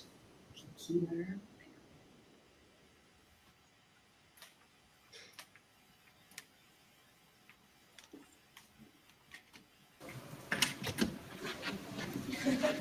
Hi there. Do you mind if I study here? Yeah, sure. Thank you for wondering. Oh, can you please keep the music down? I really want to sing. Yeah, no problem. My name's Sophie, by the way. I'm Emma. That's very stuff. What program are you in? Life sciences. You? Same. Nice. We should study together. What are your plans after? I want to go into med school. Same, yeah. But let me warn you, I take my studies really seriously. So even right now, I'm reading 5 chapters for next week because we already have readings, right? So yeah. if you don't mind, I don't like to talk a lot. Oh, no, not a problem.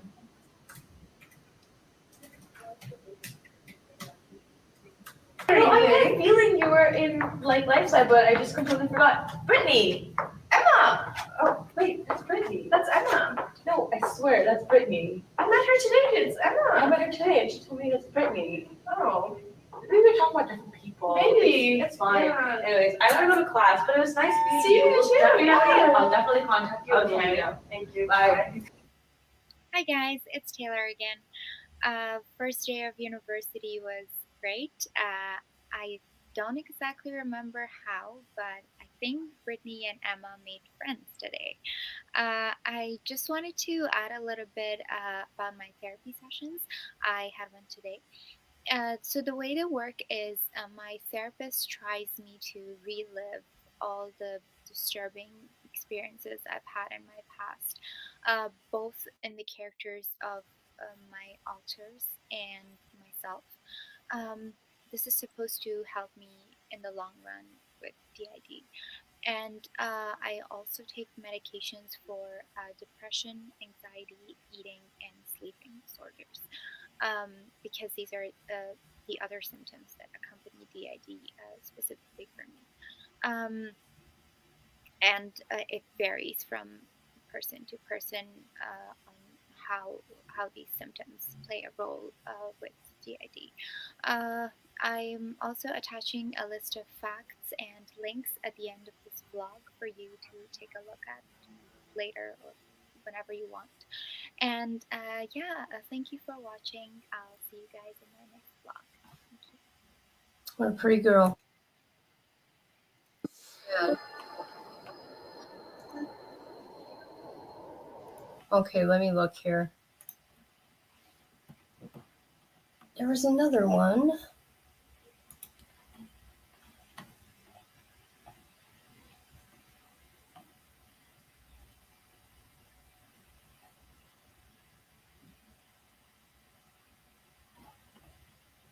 Here's another one. Here's a lady, a mother that has it. See what she's got to say.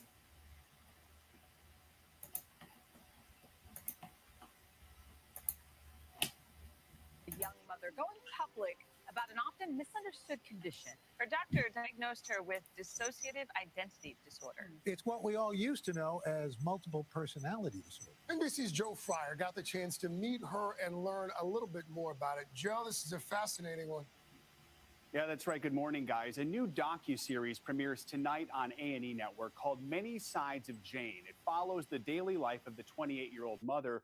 We went to Idaho to spend time with Jane and learn more about the disorder and why she's now sharing her story publicly.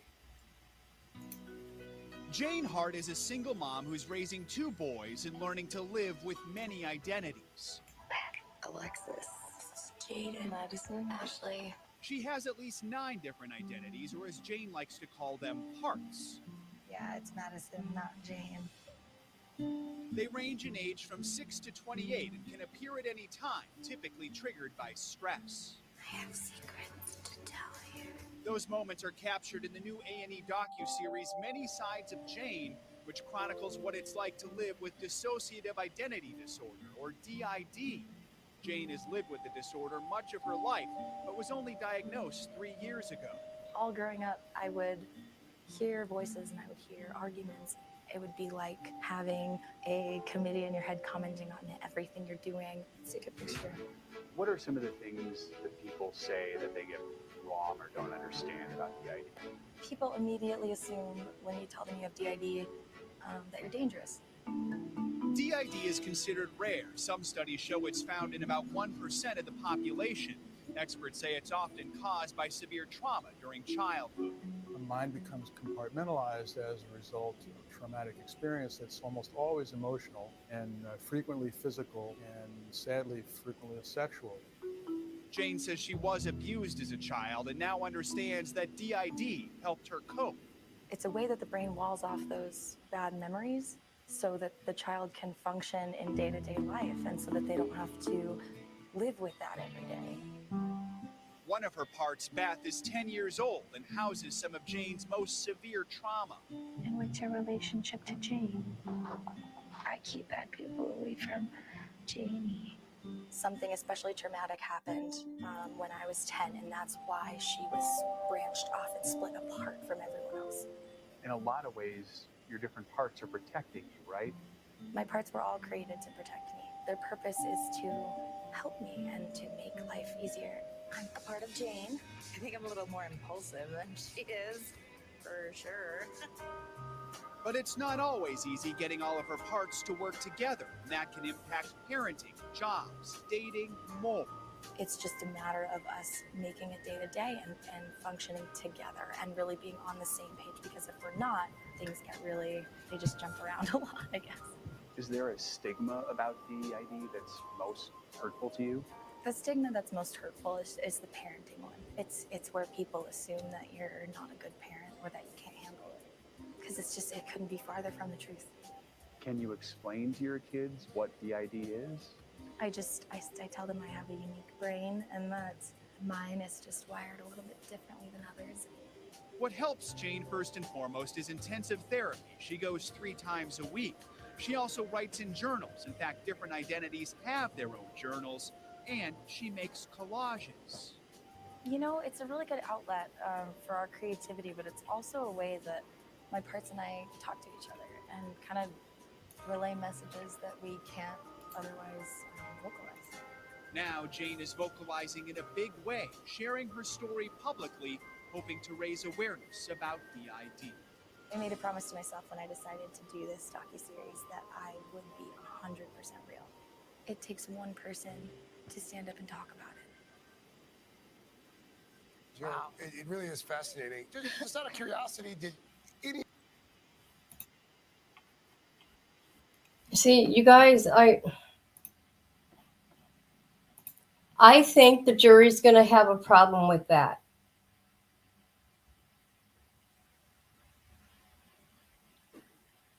I don't think they're going to find her insane. Hugh Animal, how are you, sweetheart?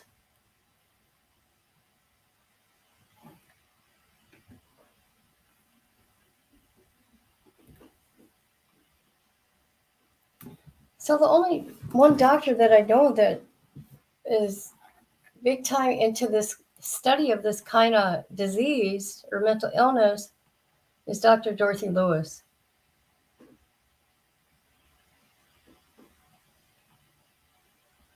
I just wanted to see videos of different people talking about it. You know what I mean? Because I researched if anybody with that disease, have they went and killed anybody? And no, not many.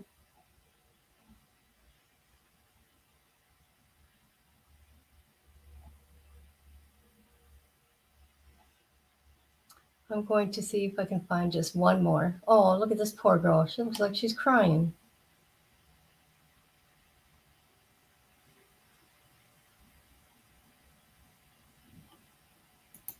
Oh man. Okay, let's look at this here, you guys. I got one more, and that's it. Okay.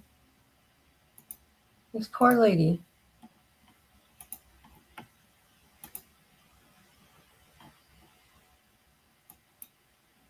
I couldn't even remember that I was looked after by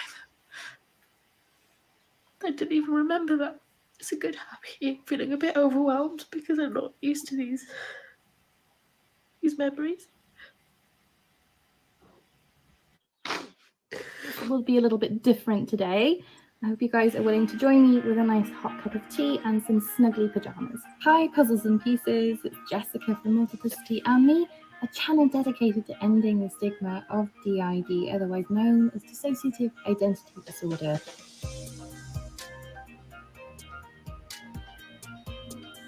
Okay, firstly, this is not how I wanted to shoot this video. Today, it's more about pajama time and story time along with a cup of tea. I originally did this video and I was all dressed up and I felt really pretty. And then I watched the video back and I was like, oh no, I got it to edit. And the new top that I bought showed far more cleavage than I was anticipating.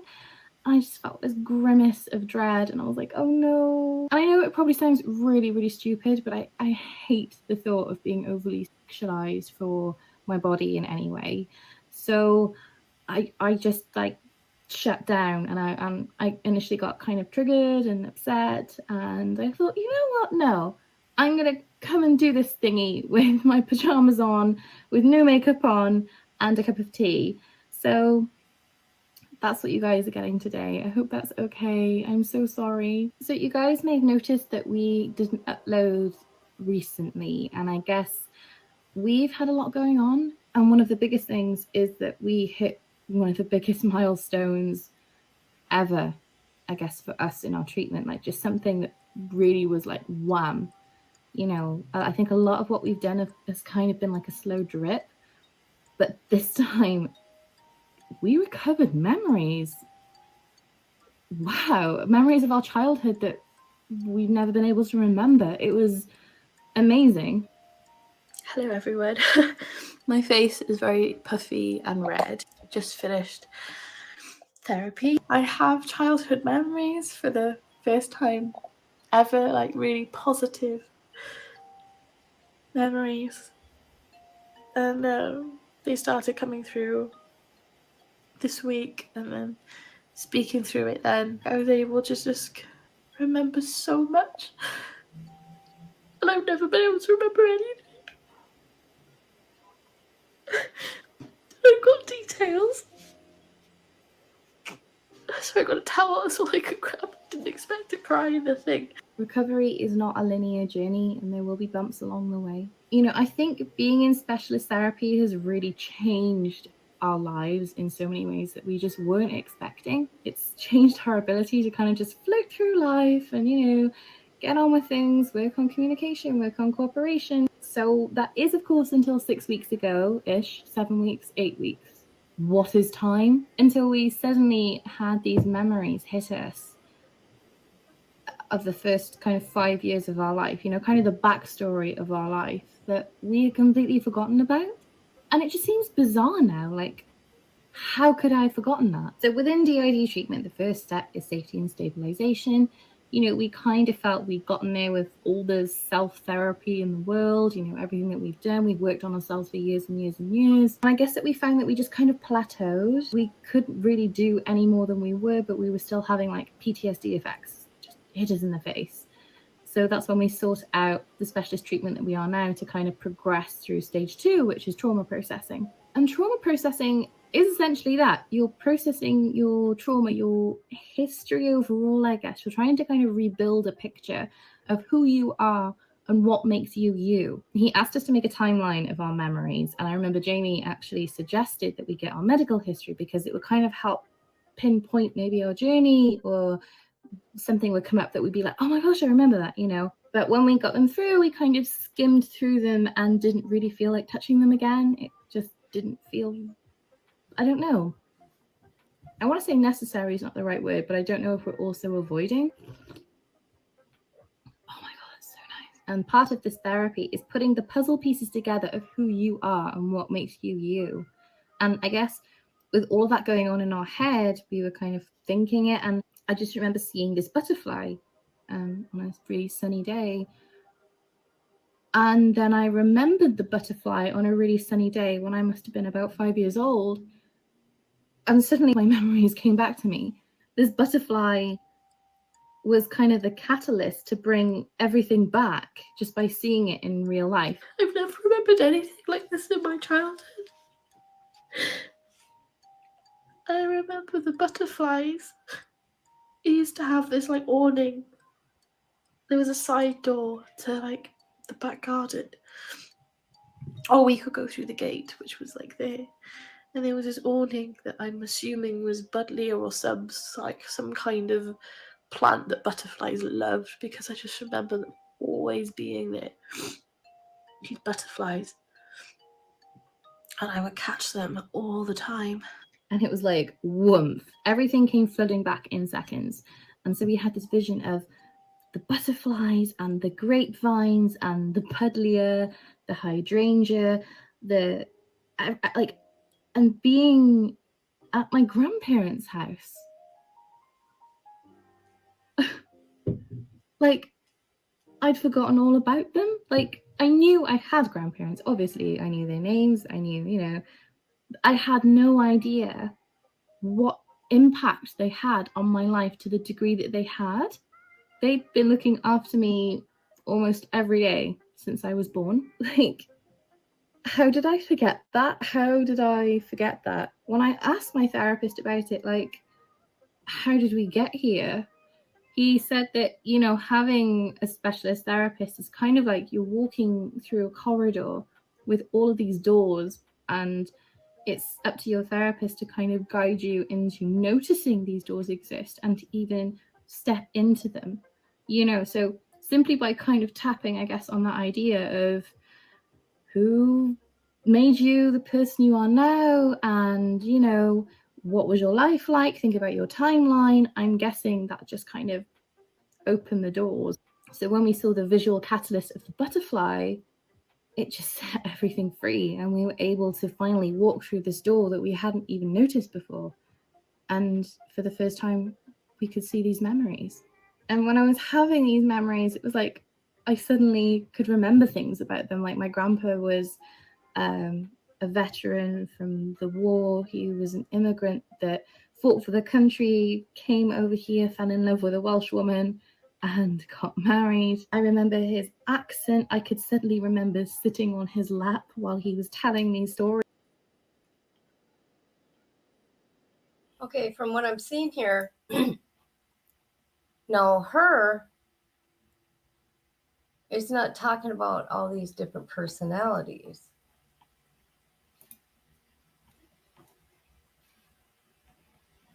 Whoa. My computer's doing its own little thing here. I don't like that. Hold on.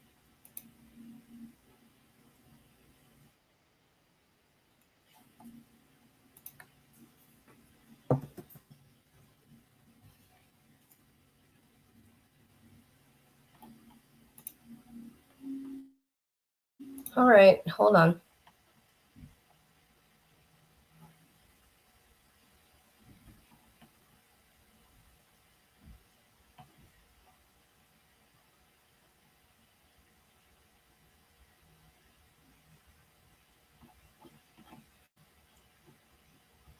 You know what? I wonder.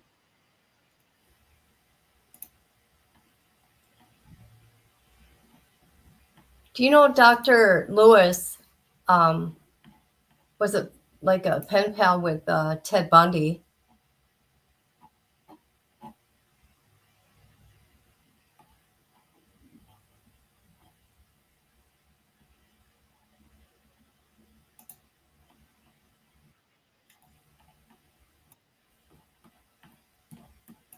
Okay, and I'll just show this here real quick. This is going to be the little lady that we're going to be hearing from. Kids' computers possessed.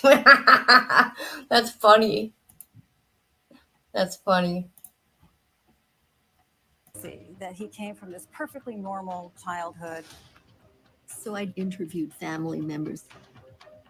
Things were horrendous for Bundy from conception on. When you couple some kind of brain dysfunction with a history of horrible early ongoing abuse, the social, the psychological, the biological forces that came together, you get a super dangerous person. We did it. There it is. Hello. Hello. Hi, I'm Dorothy. Tell me your name. I am Jeff. I am Jeff from Las Vegas, Dr. Lewis. It's just such a pleasure to meet you. Oh, I'm glad to meet you from Las Vegas. It isn't open yet, right? No gambling, no nothing? No, it's partially open, but yeah, it's probably going to be locked down again. So we're suffering bad here. We're suffering bad. It is. Yeah. Well, you're looking at someone who has been sheltered now for 9 months. 7 God, months. it's so good to see another person. I've been quarantined for 7 months here. Yeah, so it's crazy. So, not to use that word openly. Well, thank you so much for joining me today to talk about Crazy Not Insane, the new HBO documentary. I guess I want to start with: are people born dangerous? Are they born killers? No. Simply no. Yeah, I've been working in this field for several decades now, and they are not born dangerous or evil. I mean, my colleagues will, will say, Dorothy, what about evil? And I'll say, that's not a scientific term. It's not a medical term. It's a religious term.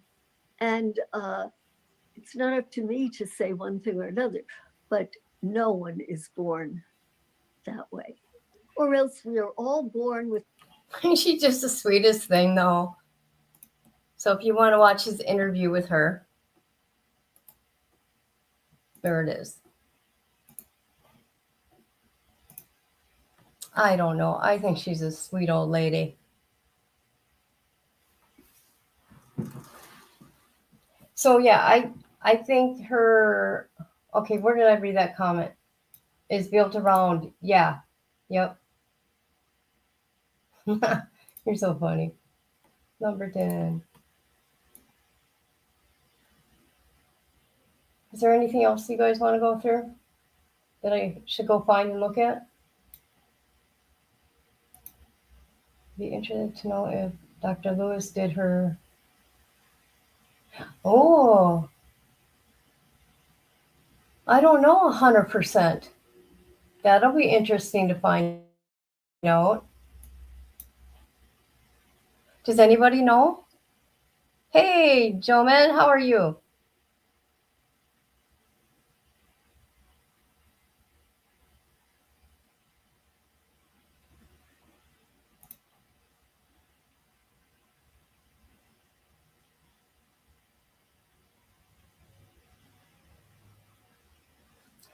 Okay, let's see here. Is that video you just played said she had been locked down for 7 months? Yeah. I think she's in her late 70s, early 80s. Let me go look. I'll Google her.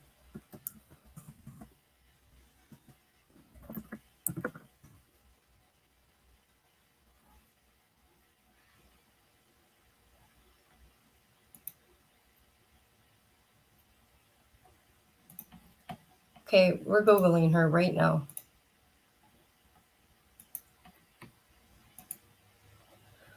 All right.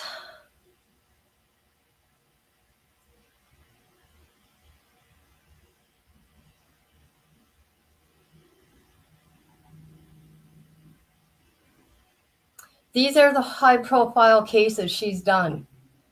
Mark David Chapman, Joel Rifkin, David Wilson, Maria Moore, Joseph Paul, Franklin, Ted Bundy, Arthur Shawcross, and now Letecia. Yep.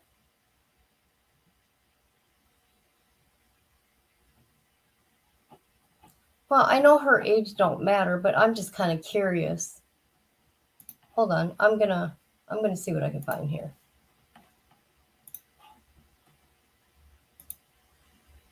If I'm not answering this, because I'm not ignoring anybody, I'm just looking.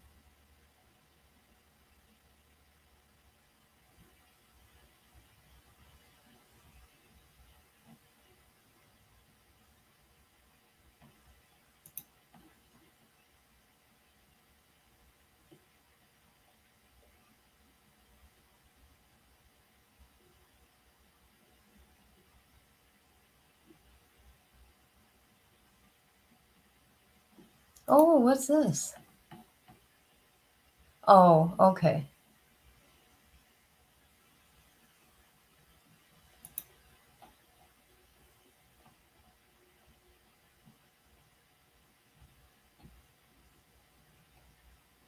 Okay. Okay, where am I at here?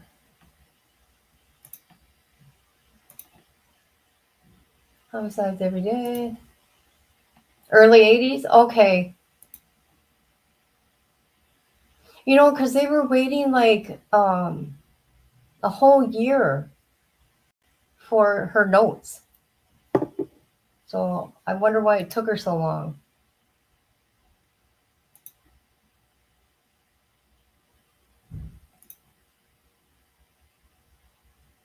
Was this in 1 year live streaming? Oh.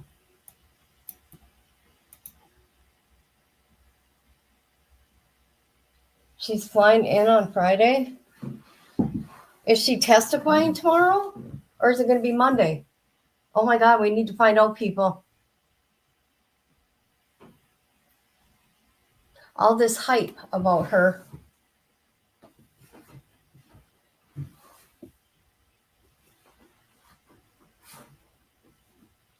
Well, it was kind of funny because in that HBO special that she did, what is it called again, people? Crazy Not Insane. I don't know if any of you seen it or not, but she asked the person that would put these people to death thinking, okay, they had those thoughts in their mind and they enjoyed people putting them to death. So are they crazy? I don't know. It mixed me all up when she was talking about that.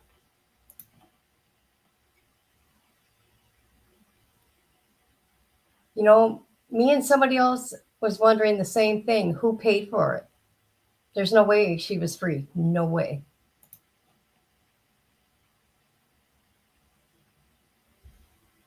Yes, they were. Yep.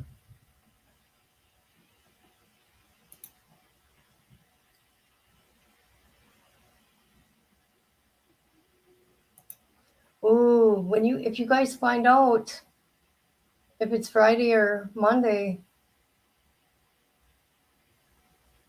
yeah, she's against the death penalty. Yep.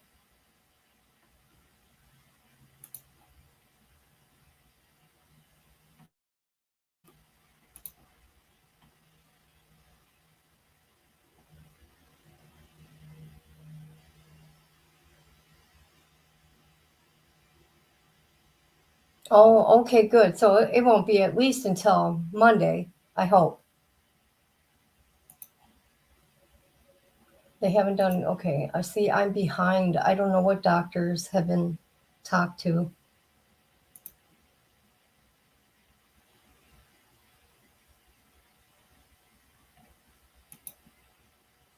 Next week. Okay.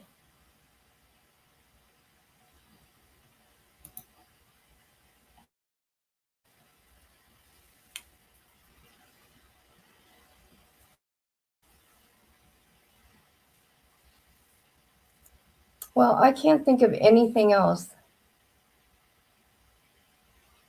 Can you guys think of anything else you want to go through right now?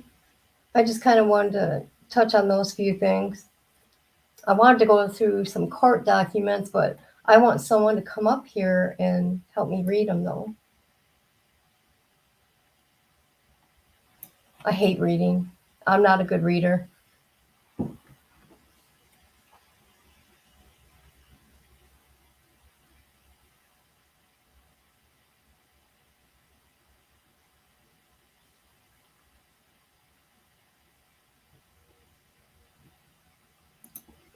Grimmer Muller Torres.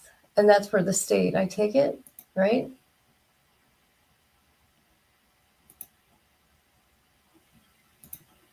I think they're following up with Torres, then Gray. Wow.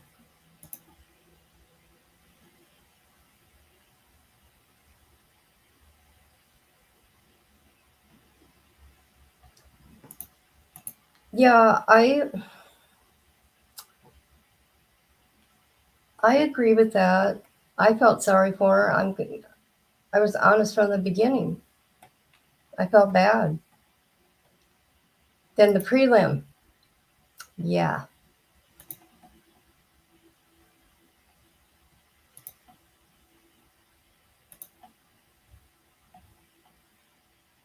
Because she had you believing that she didn't do it, and then it got to be where she added people into it and that she was covering up for someone. And then, the lies just got out of control. I'm like, okay. Hey, how you doing? I haven't seen you forever.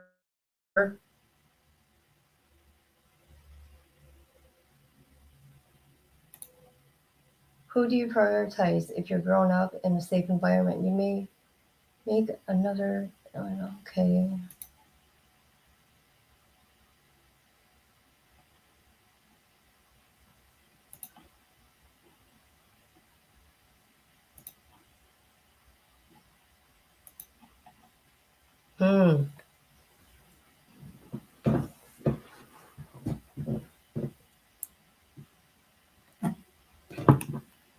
Okay, you know what I think I'll do? You guys got a few minutes?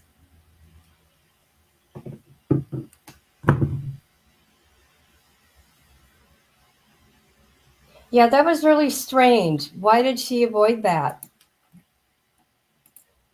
Oh, I'm okay. I'm just exhausted.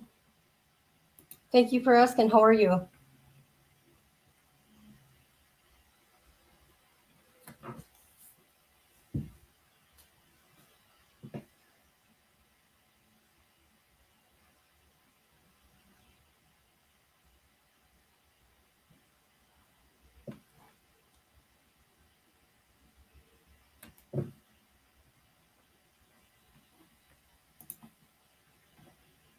You have a few days. Okay, I'll start going through some of the well, I guess it goes really good with this video, the documents, because I don't know one person that can do what she did, writing these documents up herself.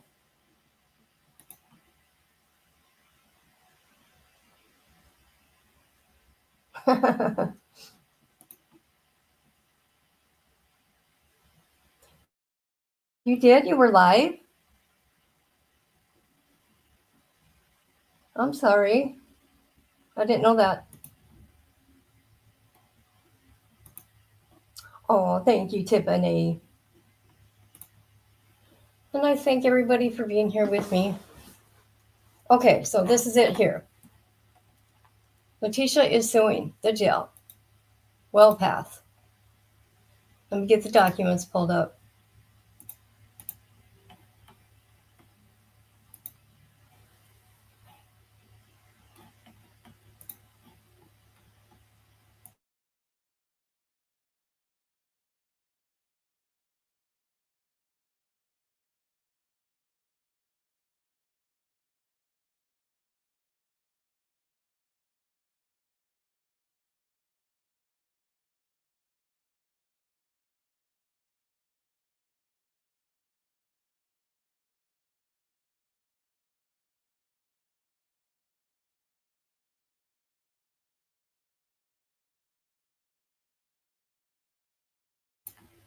Okay, I'll start then.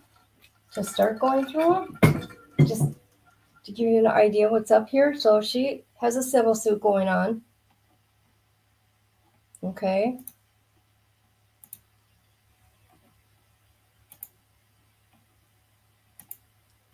So I won't read every bit of it. I just want to show you, okay, this is who she's suing. El Paso County. Whoever else Dangle is, WellPath, and our Snipe. And are you in danger or serious physical injury? Yes. Medical issues being neglect to permanent damages. I can't read her writing, you guys. Okay, and this was on, where's the date? September 22nd, 2022. I'm going to stop sharing that.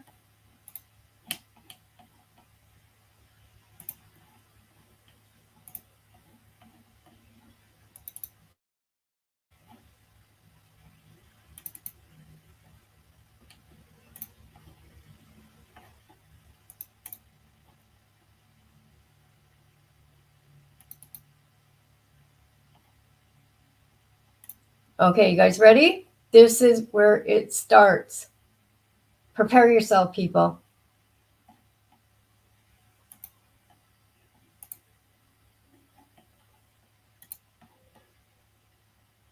Mind you, it's what? How many pages?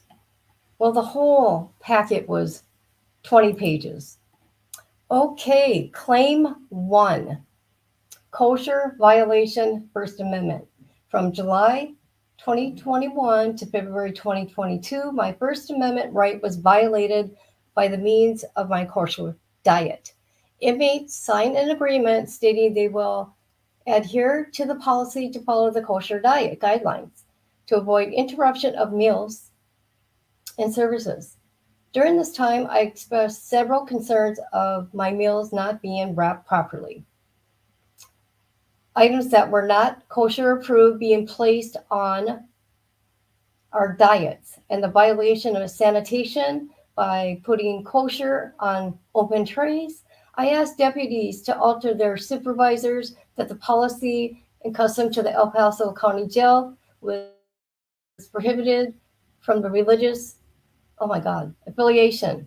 Below are a list of inmate kites that followed. Once staff refused to contact Trinity Foods and left administration know if there was violations. Here we go. August 8th, kite to Trinity Foods. Mind you, people, She's writing all this. Trinity Foods explaining the contamination of kosher items on open trays. September 4th. Improper kosher and condiments through the El Paso County Jail grievance process and was told to contact Trinity. November 17th or 19th. Sent Kite, explained the staff was using a pen marker to write K on a non-kosher item. It did not already have the standard approval. They were, oh my God, what did she say? They were non-kosher items and violated. Oh my God, people. Oh my God. Hold on. These were non-kosher items and violated the signed agreement. On 11/22, response from jail said to Kite Kitchen again. And then she has what? This kind of got out of, let's see. Hold on. Attached defendants information. Okay. The jail continued to ignore the customs and policy for kosher. Inmates placed the blame on the contractor, Trinity Foods. However, the contractor is contradicting the business at El Paso County Jail. Administration, SSDI failed to monitor or adjust violations. Next, during court transport in September 2021, November 2021, and February 2022, I advised the deputies that they were not providing kosher meals while I was at court, and eating the sack of lunch was a violation of our kosher sign policy. I also asserted my First Amendment right on each occasion and asked the jail to adhere to their policy on religious diets. After several attempts, I noticed retaliation was not provided by kosher, or my meal was delayed for hours when the kosher and non-kosher inmates had theirs. On February 12th, Deputy Stangler, oh, it's a deputy she's suing too, a named defendant, sent in a violation of a kosher to religious programs, and they terminated my meal. February 14th, 2022 until February 28th, 2022, I sent several kites and asked SSGI could they provide the proof and reason behind the suspension, that I did not violate the agreement, that in fact the jail continued to show a direct link between the policy and constitutional injury. During that time, I received notification that the deputy advised me violating the diet by eating other foods. I explained to her that these purchased items on commissionary were not excluded, and once again asked the jail to hold a meeting or some form of hearing demonstrating that I did not adhere and that these actions were not, I can't read her writing, prejudice on behalf of that cop or whatever she is. Instead, I received an unjust punishment as a result of this individual who was competent and shows extreme indifferences more than neglect toward my First Amendment right. From February 14th to August 14th, I was suspended from my diet, which led me to weight loss, depression, being limited to, oh my God, one meal a day because of excessive commissary prices. I suffered conflicts between myself and burdens over my religious practice. This led me to modify my beliefs, my religious beliefs, and being forced to eat regular meals and non-kosher diets, not eat at all. I received my kosher back on 8/14/2022 after my 6 months. Immediately, that disregarded to our customs provided more constitutional injuries. The First and the 14th Amendment. On August 17th, I expressed the violations to Deputy Snipe. which is also a defendant, by the way, and how the jail continued to control. I'm trying to read her writing, you guys. Control, direction, or supervising others for our rights explained by the inmate handbook. Our First Amendment right to practice religion. I explained to her that the meal for lunch and dinner were not provided items and was processed, and that the other foods causing contamination.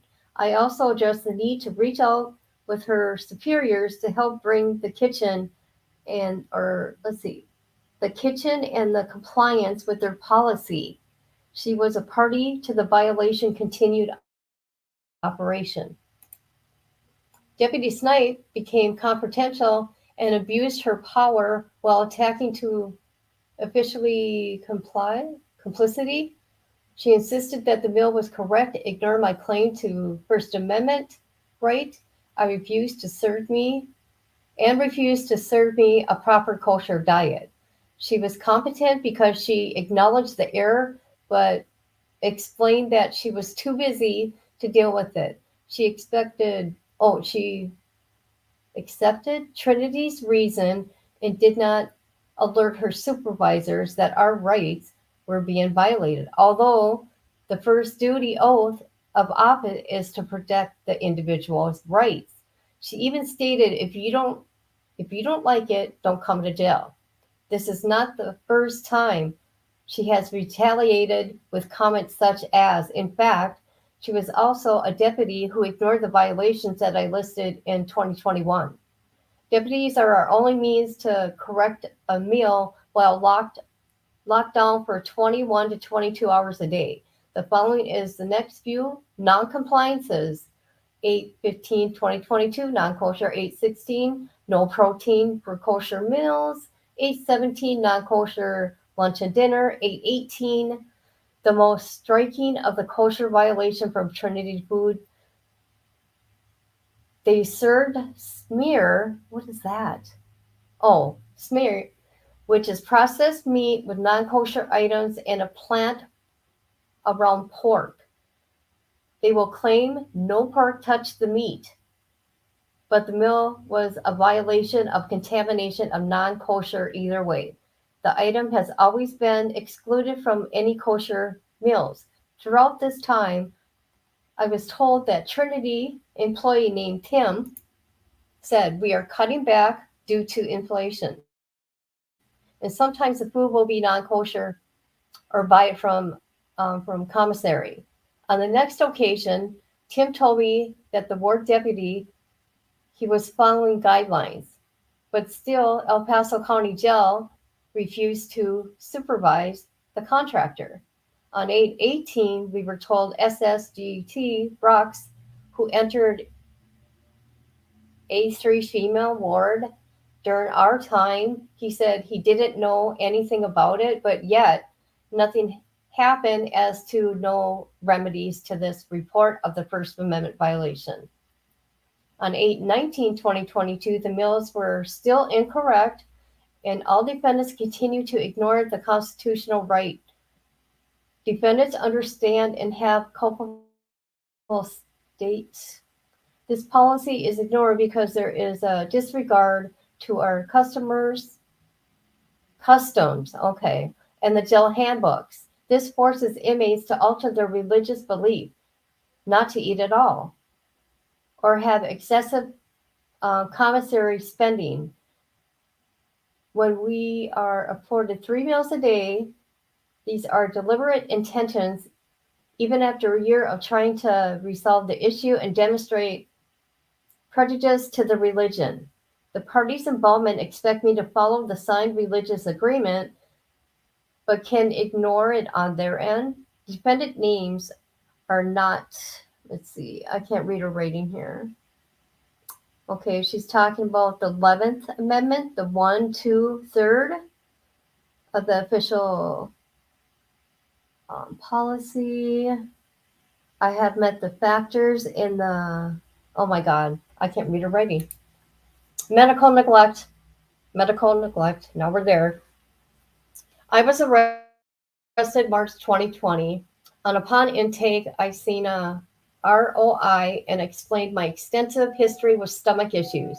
I suffer from severe IBS with symptoms persistent 12 or more days a month.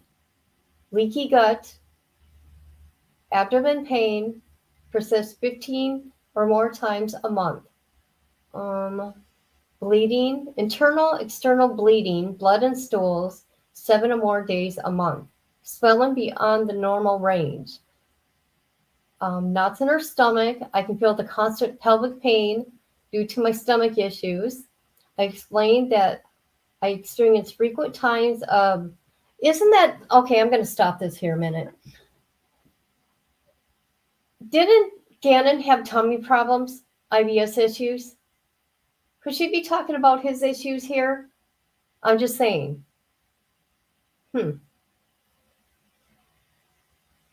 That's interesting. Okay, I'm going to continue. Okay, the knots in her stomach, I can feel, and her constant pelvic pain due to my stomach issues. Listed. Oh, I can't read her writing. I explained that I experience frequent times of not producing a bowel movement. She's talking about Gannon's problem, not hers. Yep. A bowel movement 10 to 15 times a day. And sometimes I have been prescribed Miralax, Senna, stool softener at various times. Below is a list of communication to the inmate kite system. Kite only goes through November 2021. So, okay, let's read her kites. All right. 11/27/2021. Stomach issues, constipation, current medication was not working. The provider responded with no changes. 12/7/21. Denying medication that was productive. The provider responded that I was at 56% compliant. I can't read her writing. I explained at the MedCart nurse, Jane Doe, the percent was invalid because MedPass constantly was out of Miralax or Senna, or due to staff sometimes medical never showing, and they counted the days I was out of custody and the responses making the response invalid. 1/18/2022, my kite says, can I get a different stomach med since the provider refuses to evaluate me? The response was a deflection of the provider responded. Please make sure you are placing respect in a professional manner. I was flabbergasted because the kite listed above was appropriate 15 days without going. Let's see, March 12, 2022, request for medication to clean system out because it was 11 days straight. 11/26/2022, stomach request. Okay, stomach help request in severe pain. And they responded, I was scheduled to see a doctor. I never seen the doctor. And bleeding started February 11th. 16 days of stool, medication working, stomach pain, and bleeding. April 10th, explained that I had been receiving or requesting help since 1/18/2022 and still did not see the doctor. On 6/10/2022, spoke to Jane Doe nurse spoke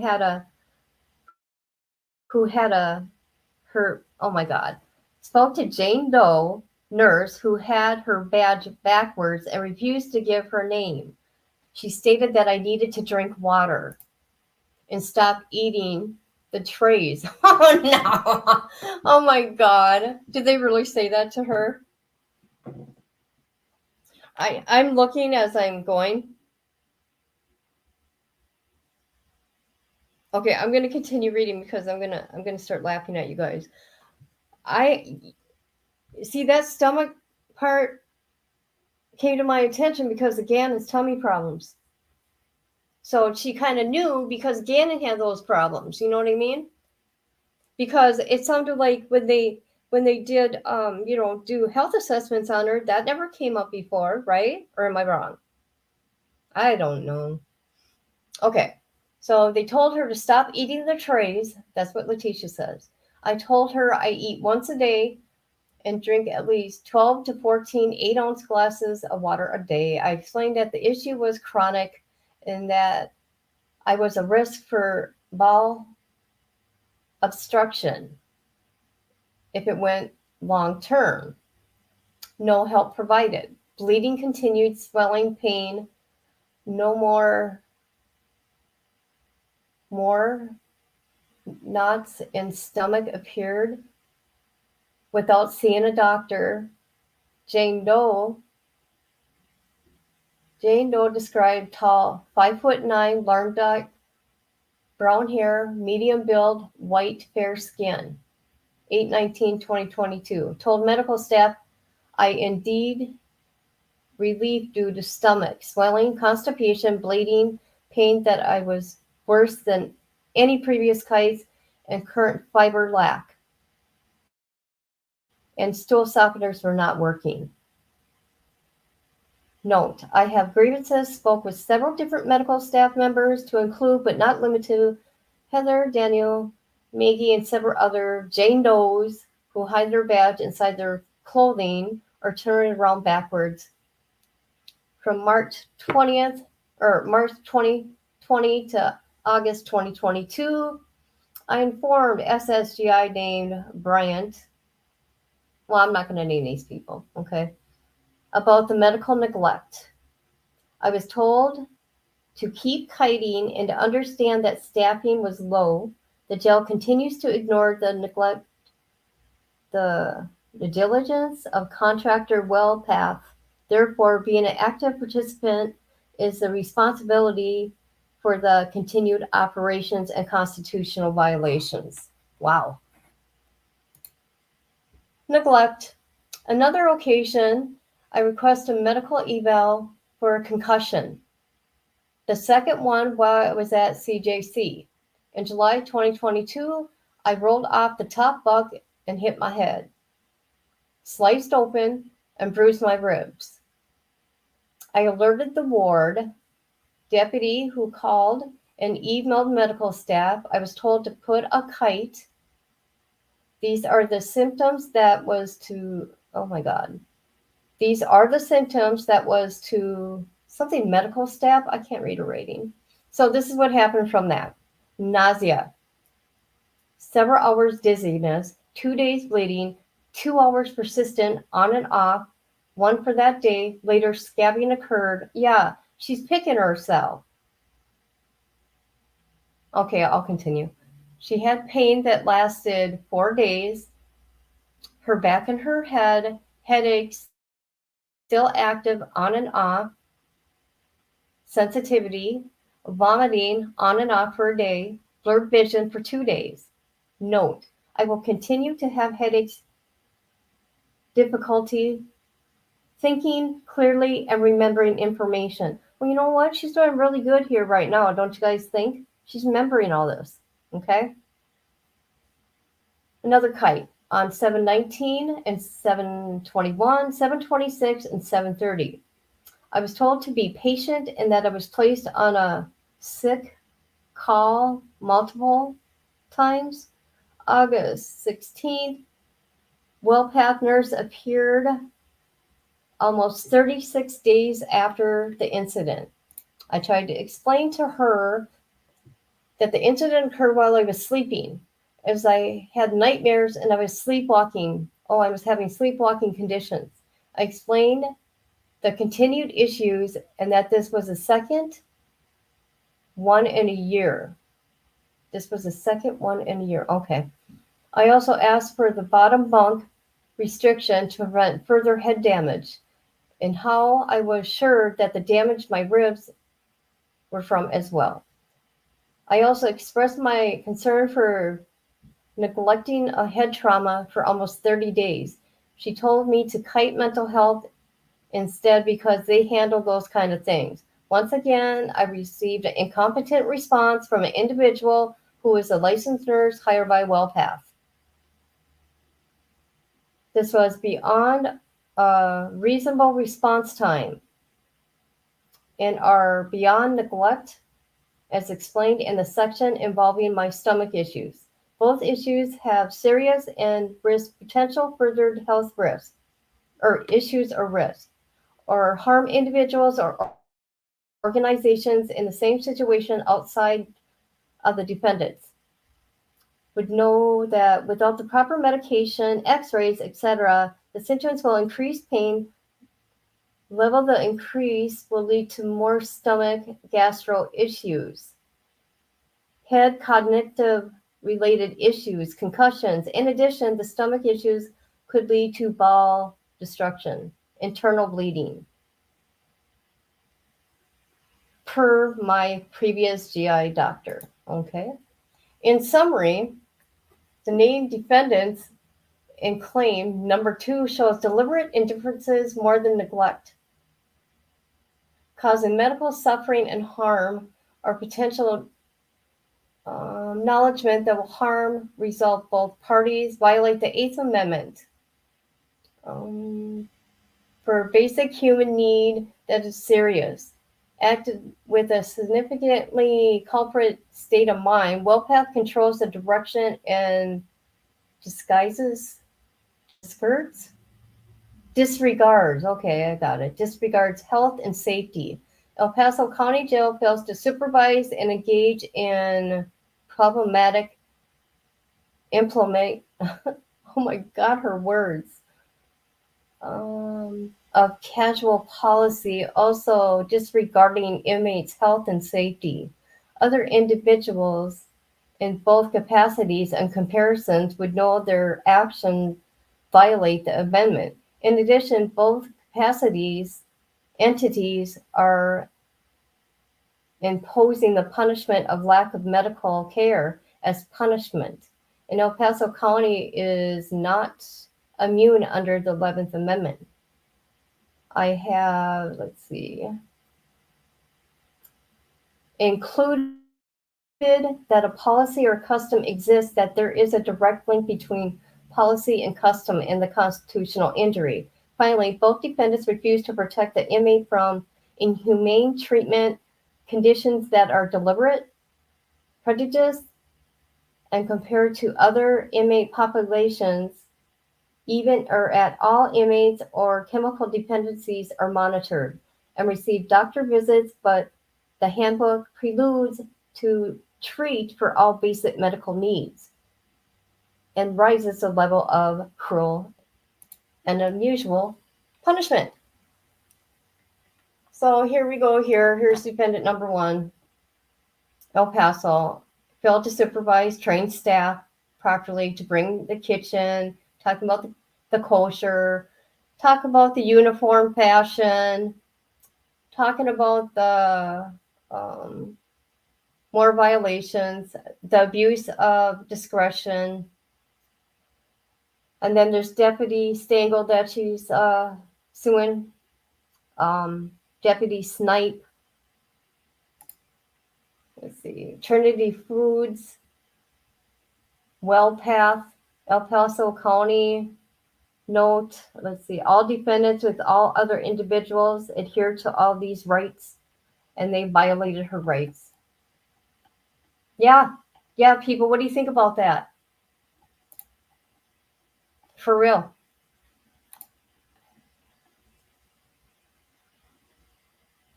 Oh my God, that was a lot to read. I'm telling you, how does that sound? Her handwriting was hard to read, but yeah, so she's suing all those people, okay, for civil rights.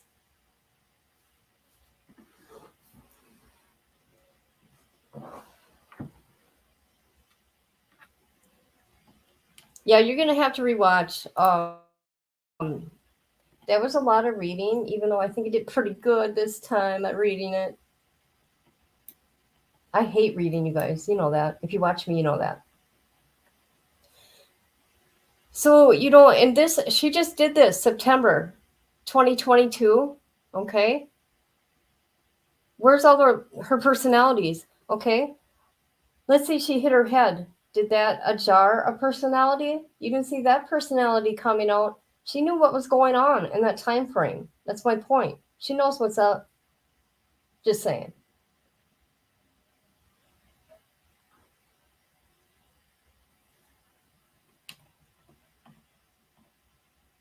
All right. She's probably watched Orange is the New Black. There's a scene from an inmate. She said she's Jewish. What? Really? When did that happen? Yesterday?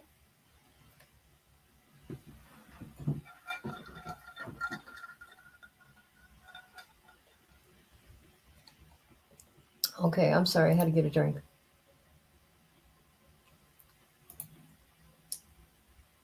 Standing up to defend himself and the judge calling it a shame.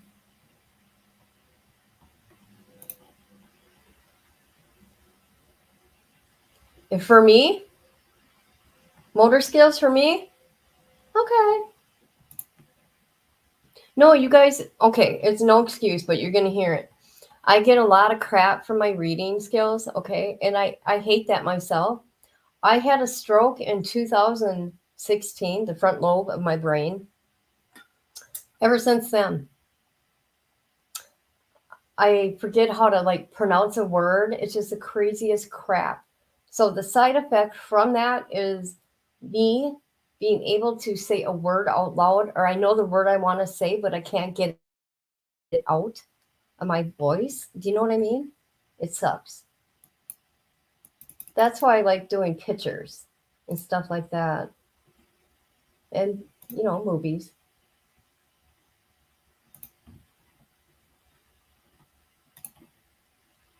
You clown, she played it. You clown, she played it if she could. Oh, I'm behind.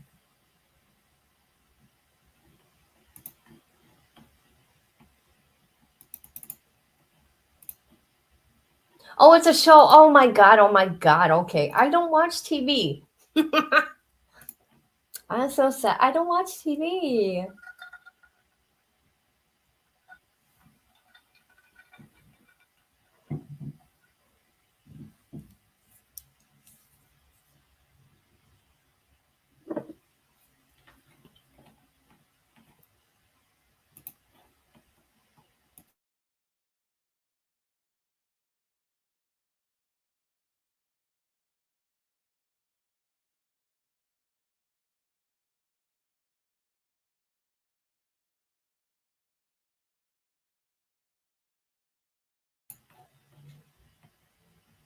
Okay, before I'm going to end this here. It doesn't matter. Okay, thank you. Thank you. No, that's okay. I just need, you know what? People that don't know me, a lot of people don't know I had a stroke unless they read my about, but I don't go in details about it. But that's what brought me to YouTube. My nurse that used to come into my home every day, about 6 months after my stroke, it was, because I don't really remember that first year. She taught me about YouTube, you know, to kind of help with my skills. It's hard to explain. So I want to show you guys my beautiful kids, my beautiful grandbabies, if you want to laugh. So hold on.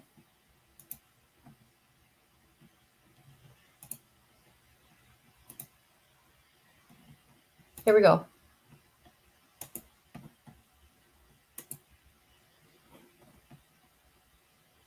Here's me and my daughter here, okay?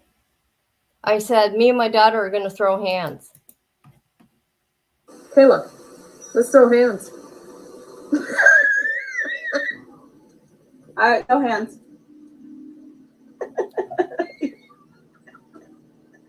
Ain't that shit funny? Those poor kids, they got to deal with a mother like this. Kayla, let's throw hands. Hey, news tubers. All right, throw hands.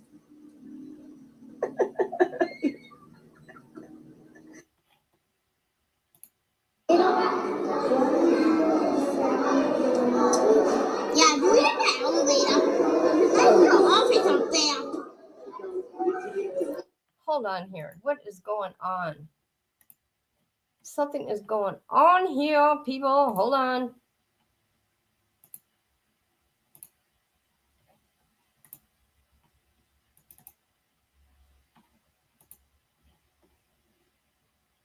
There we go.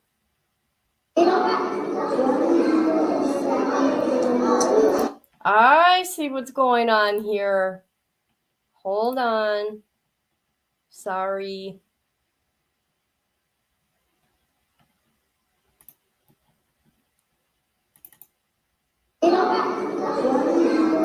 Okay, I showed up at my grandchildren's school for lunch.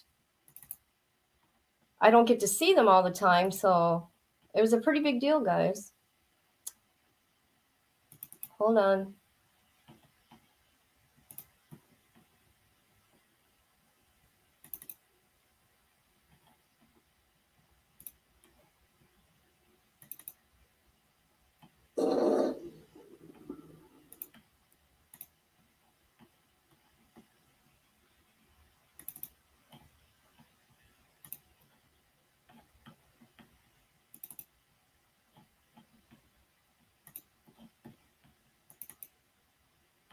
All right, here we go. We're going to end this on a good note, and me and my goofy self. Hey, news tubers. I miss you, girl. It's been forever.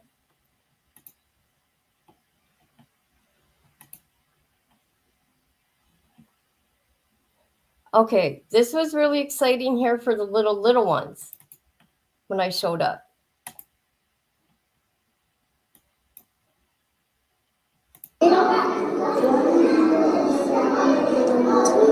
Yeah, we're in the elevator. There's an office up there. There's actually 2 stories, Grandma. What? There's actually 2 stories. Because there's actually people. Okay. Are you excited? Yeah. Wait, did you just give us candy? Did I surprise you? I want candy. Oh my God, that kid is a riot.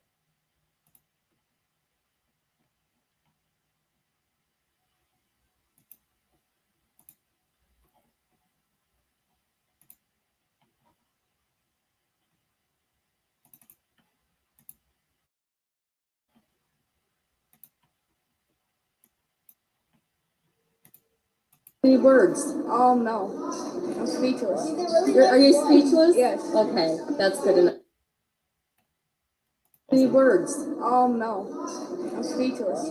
Are you speechless? Yes. Okay, that's good enough. Okay. Let's see here.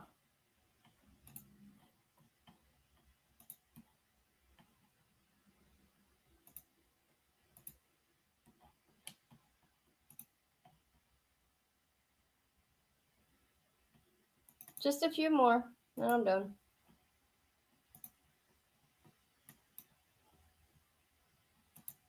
Watch him. And then just take off this mask.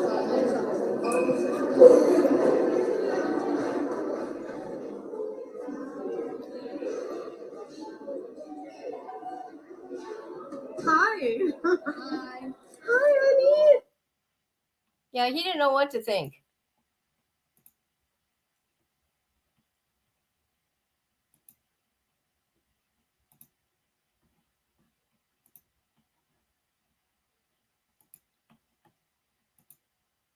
And here I let them throw, snowballs at me and all that. They get spoiled. They get away with everything with me.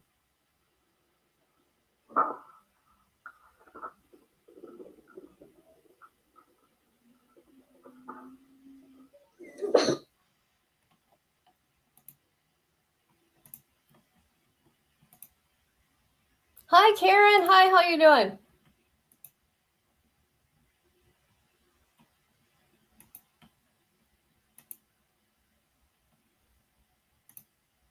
Those are my daughters.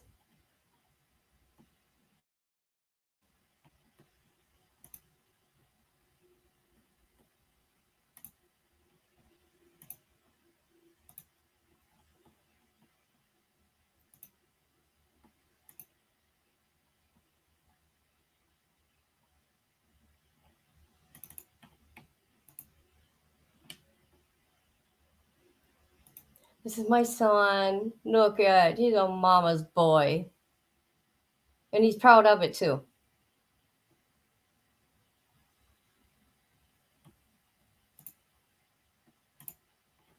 So there you have it. I've been busy with grandkids and my kids.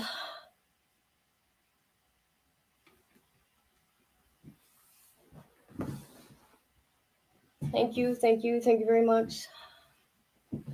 Thank you. Oh, I forgot to show you the other ones. Shoot. I don't think they're, oh my God. They're not on this computer. Well, I got 3 others too.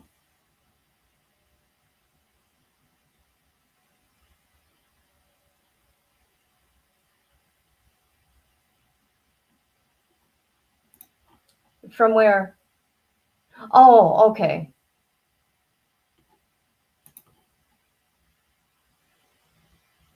Did it?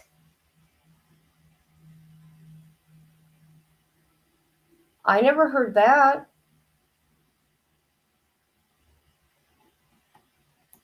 I'm going to have to find out.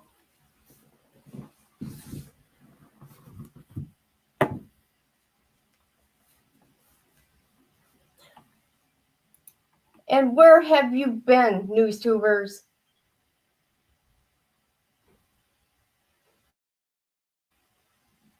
I love you too, girl. It's been forever. Known her for what, 5 years now?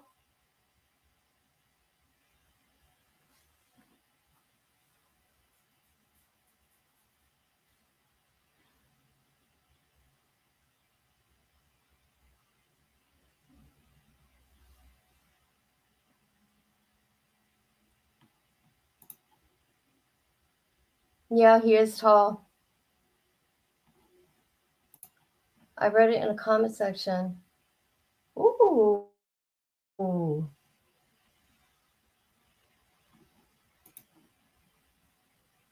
You did? Just take a little wee break. Yeah, that's my son. That's my boy. That's my baby boy, though.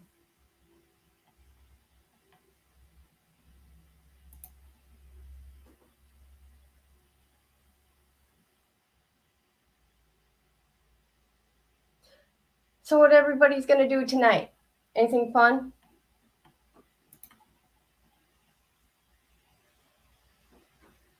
Really? I didn't know that.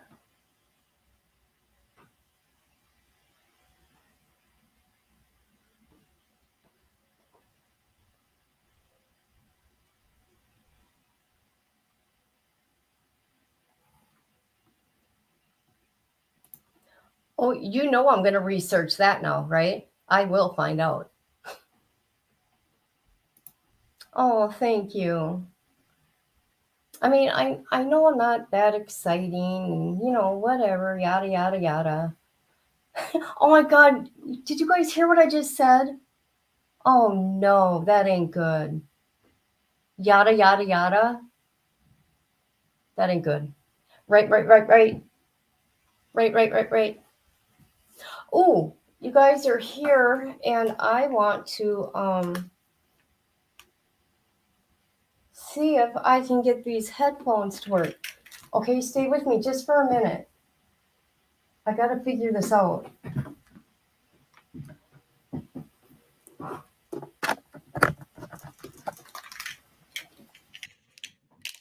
Okay, can you guys hear me? Hello, can you guys hear me? Hello. Hello,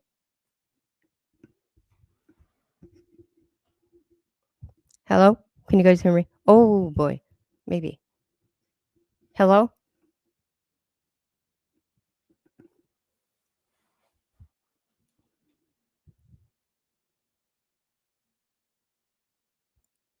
You can hear me? Woo! No, I'm just kidding. Oh my God. Protect your ears. Okay, hold on. Awesome.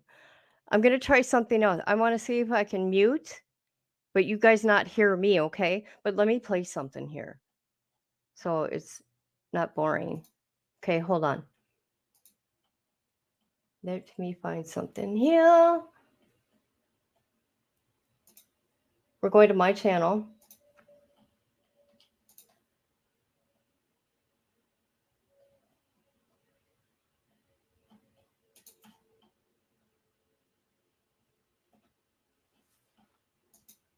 Oh my God, hurry up, internet. Come on, YouTube, what's going on here?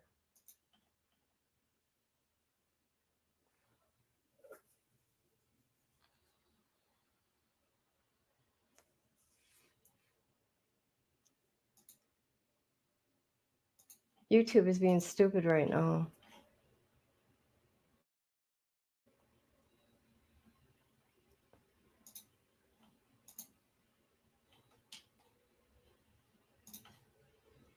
Oh my God, something's going on with YouTube.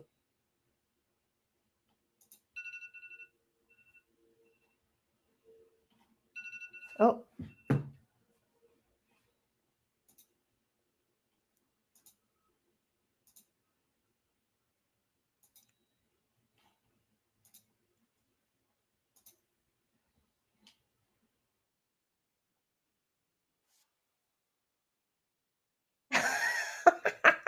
I'm sorry, guys. I'm such a dork. Okay, hold on. I found something.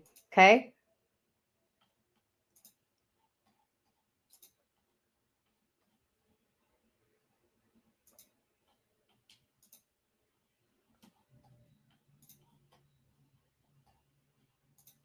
I got something.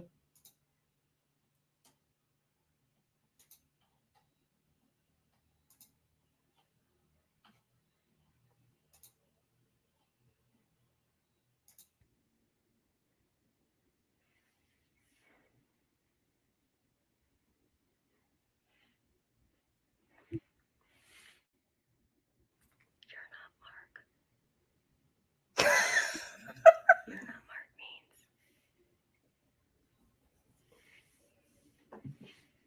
Who are you?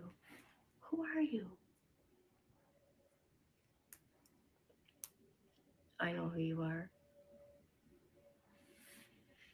You're Nate from East Idaho News.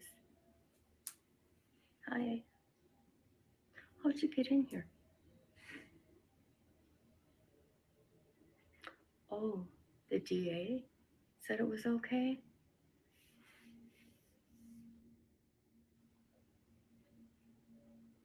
Are you wearing a wire? Let me see. Oh, sorry, Seagull, I can't. I didn't mean it that way. Come on. I'm the queen of the 144,000. Oh, you got strip searched. Oh, gotcha. How did that make you feel, Nate? It ain't fun, is it? Especially when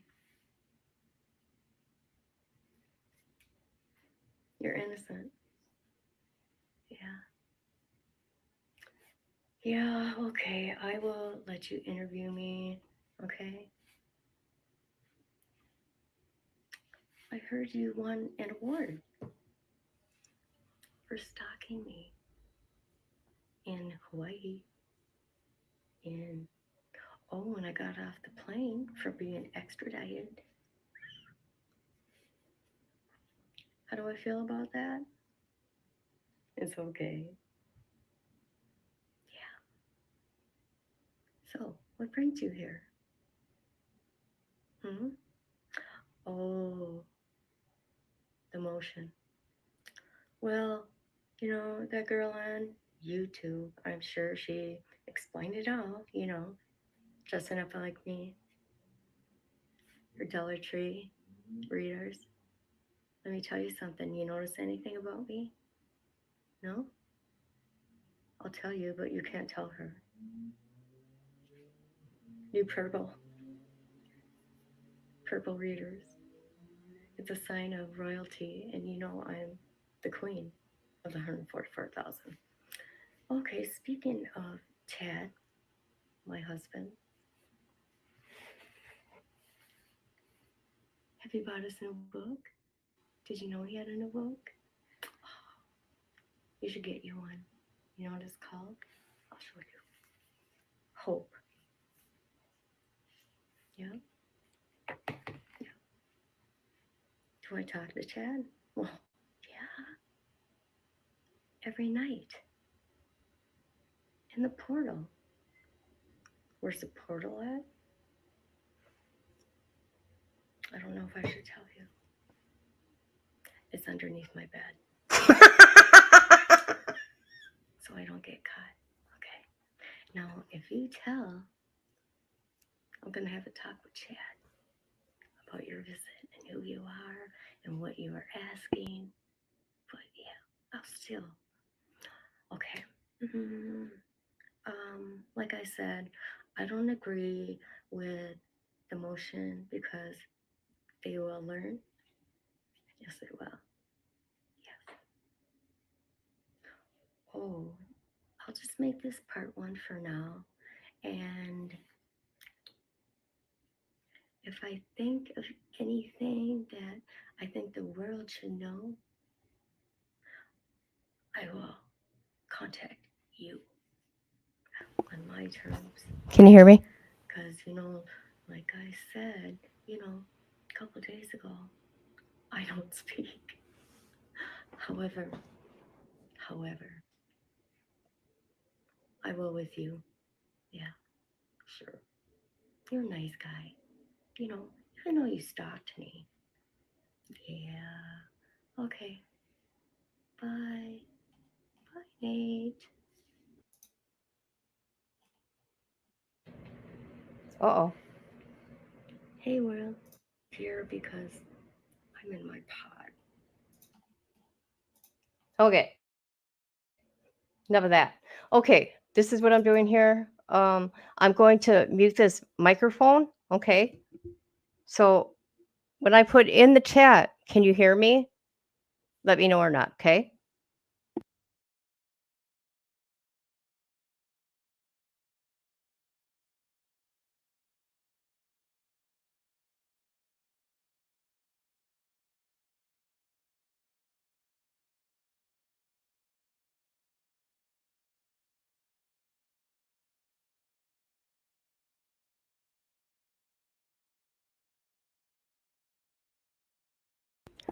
Nice. I got it hooked up right, you guys. I did it. Yeah. Yeah, you can hear me now. I turned it on.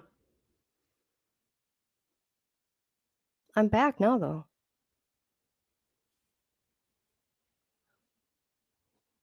This stuff should be, really simple.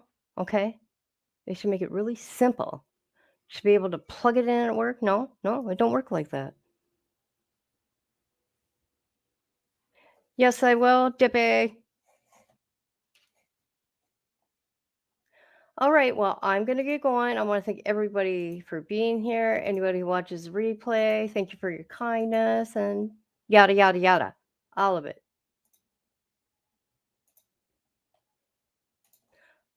But tomorrow morning, I'm going to be doing the morning of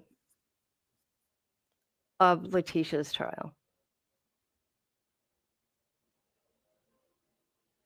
So, if anybody's interested, yada, yada, yada. Right. All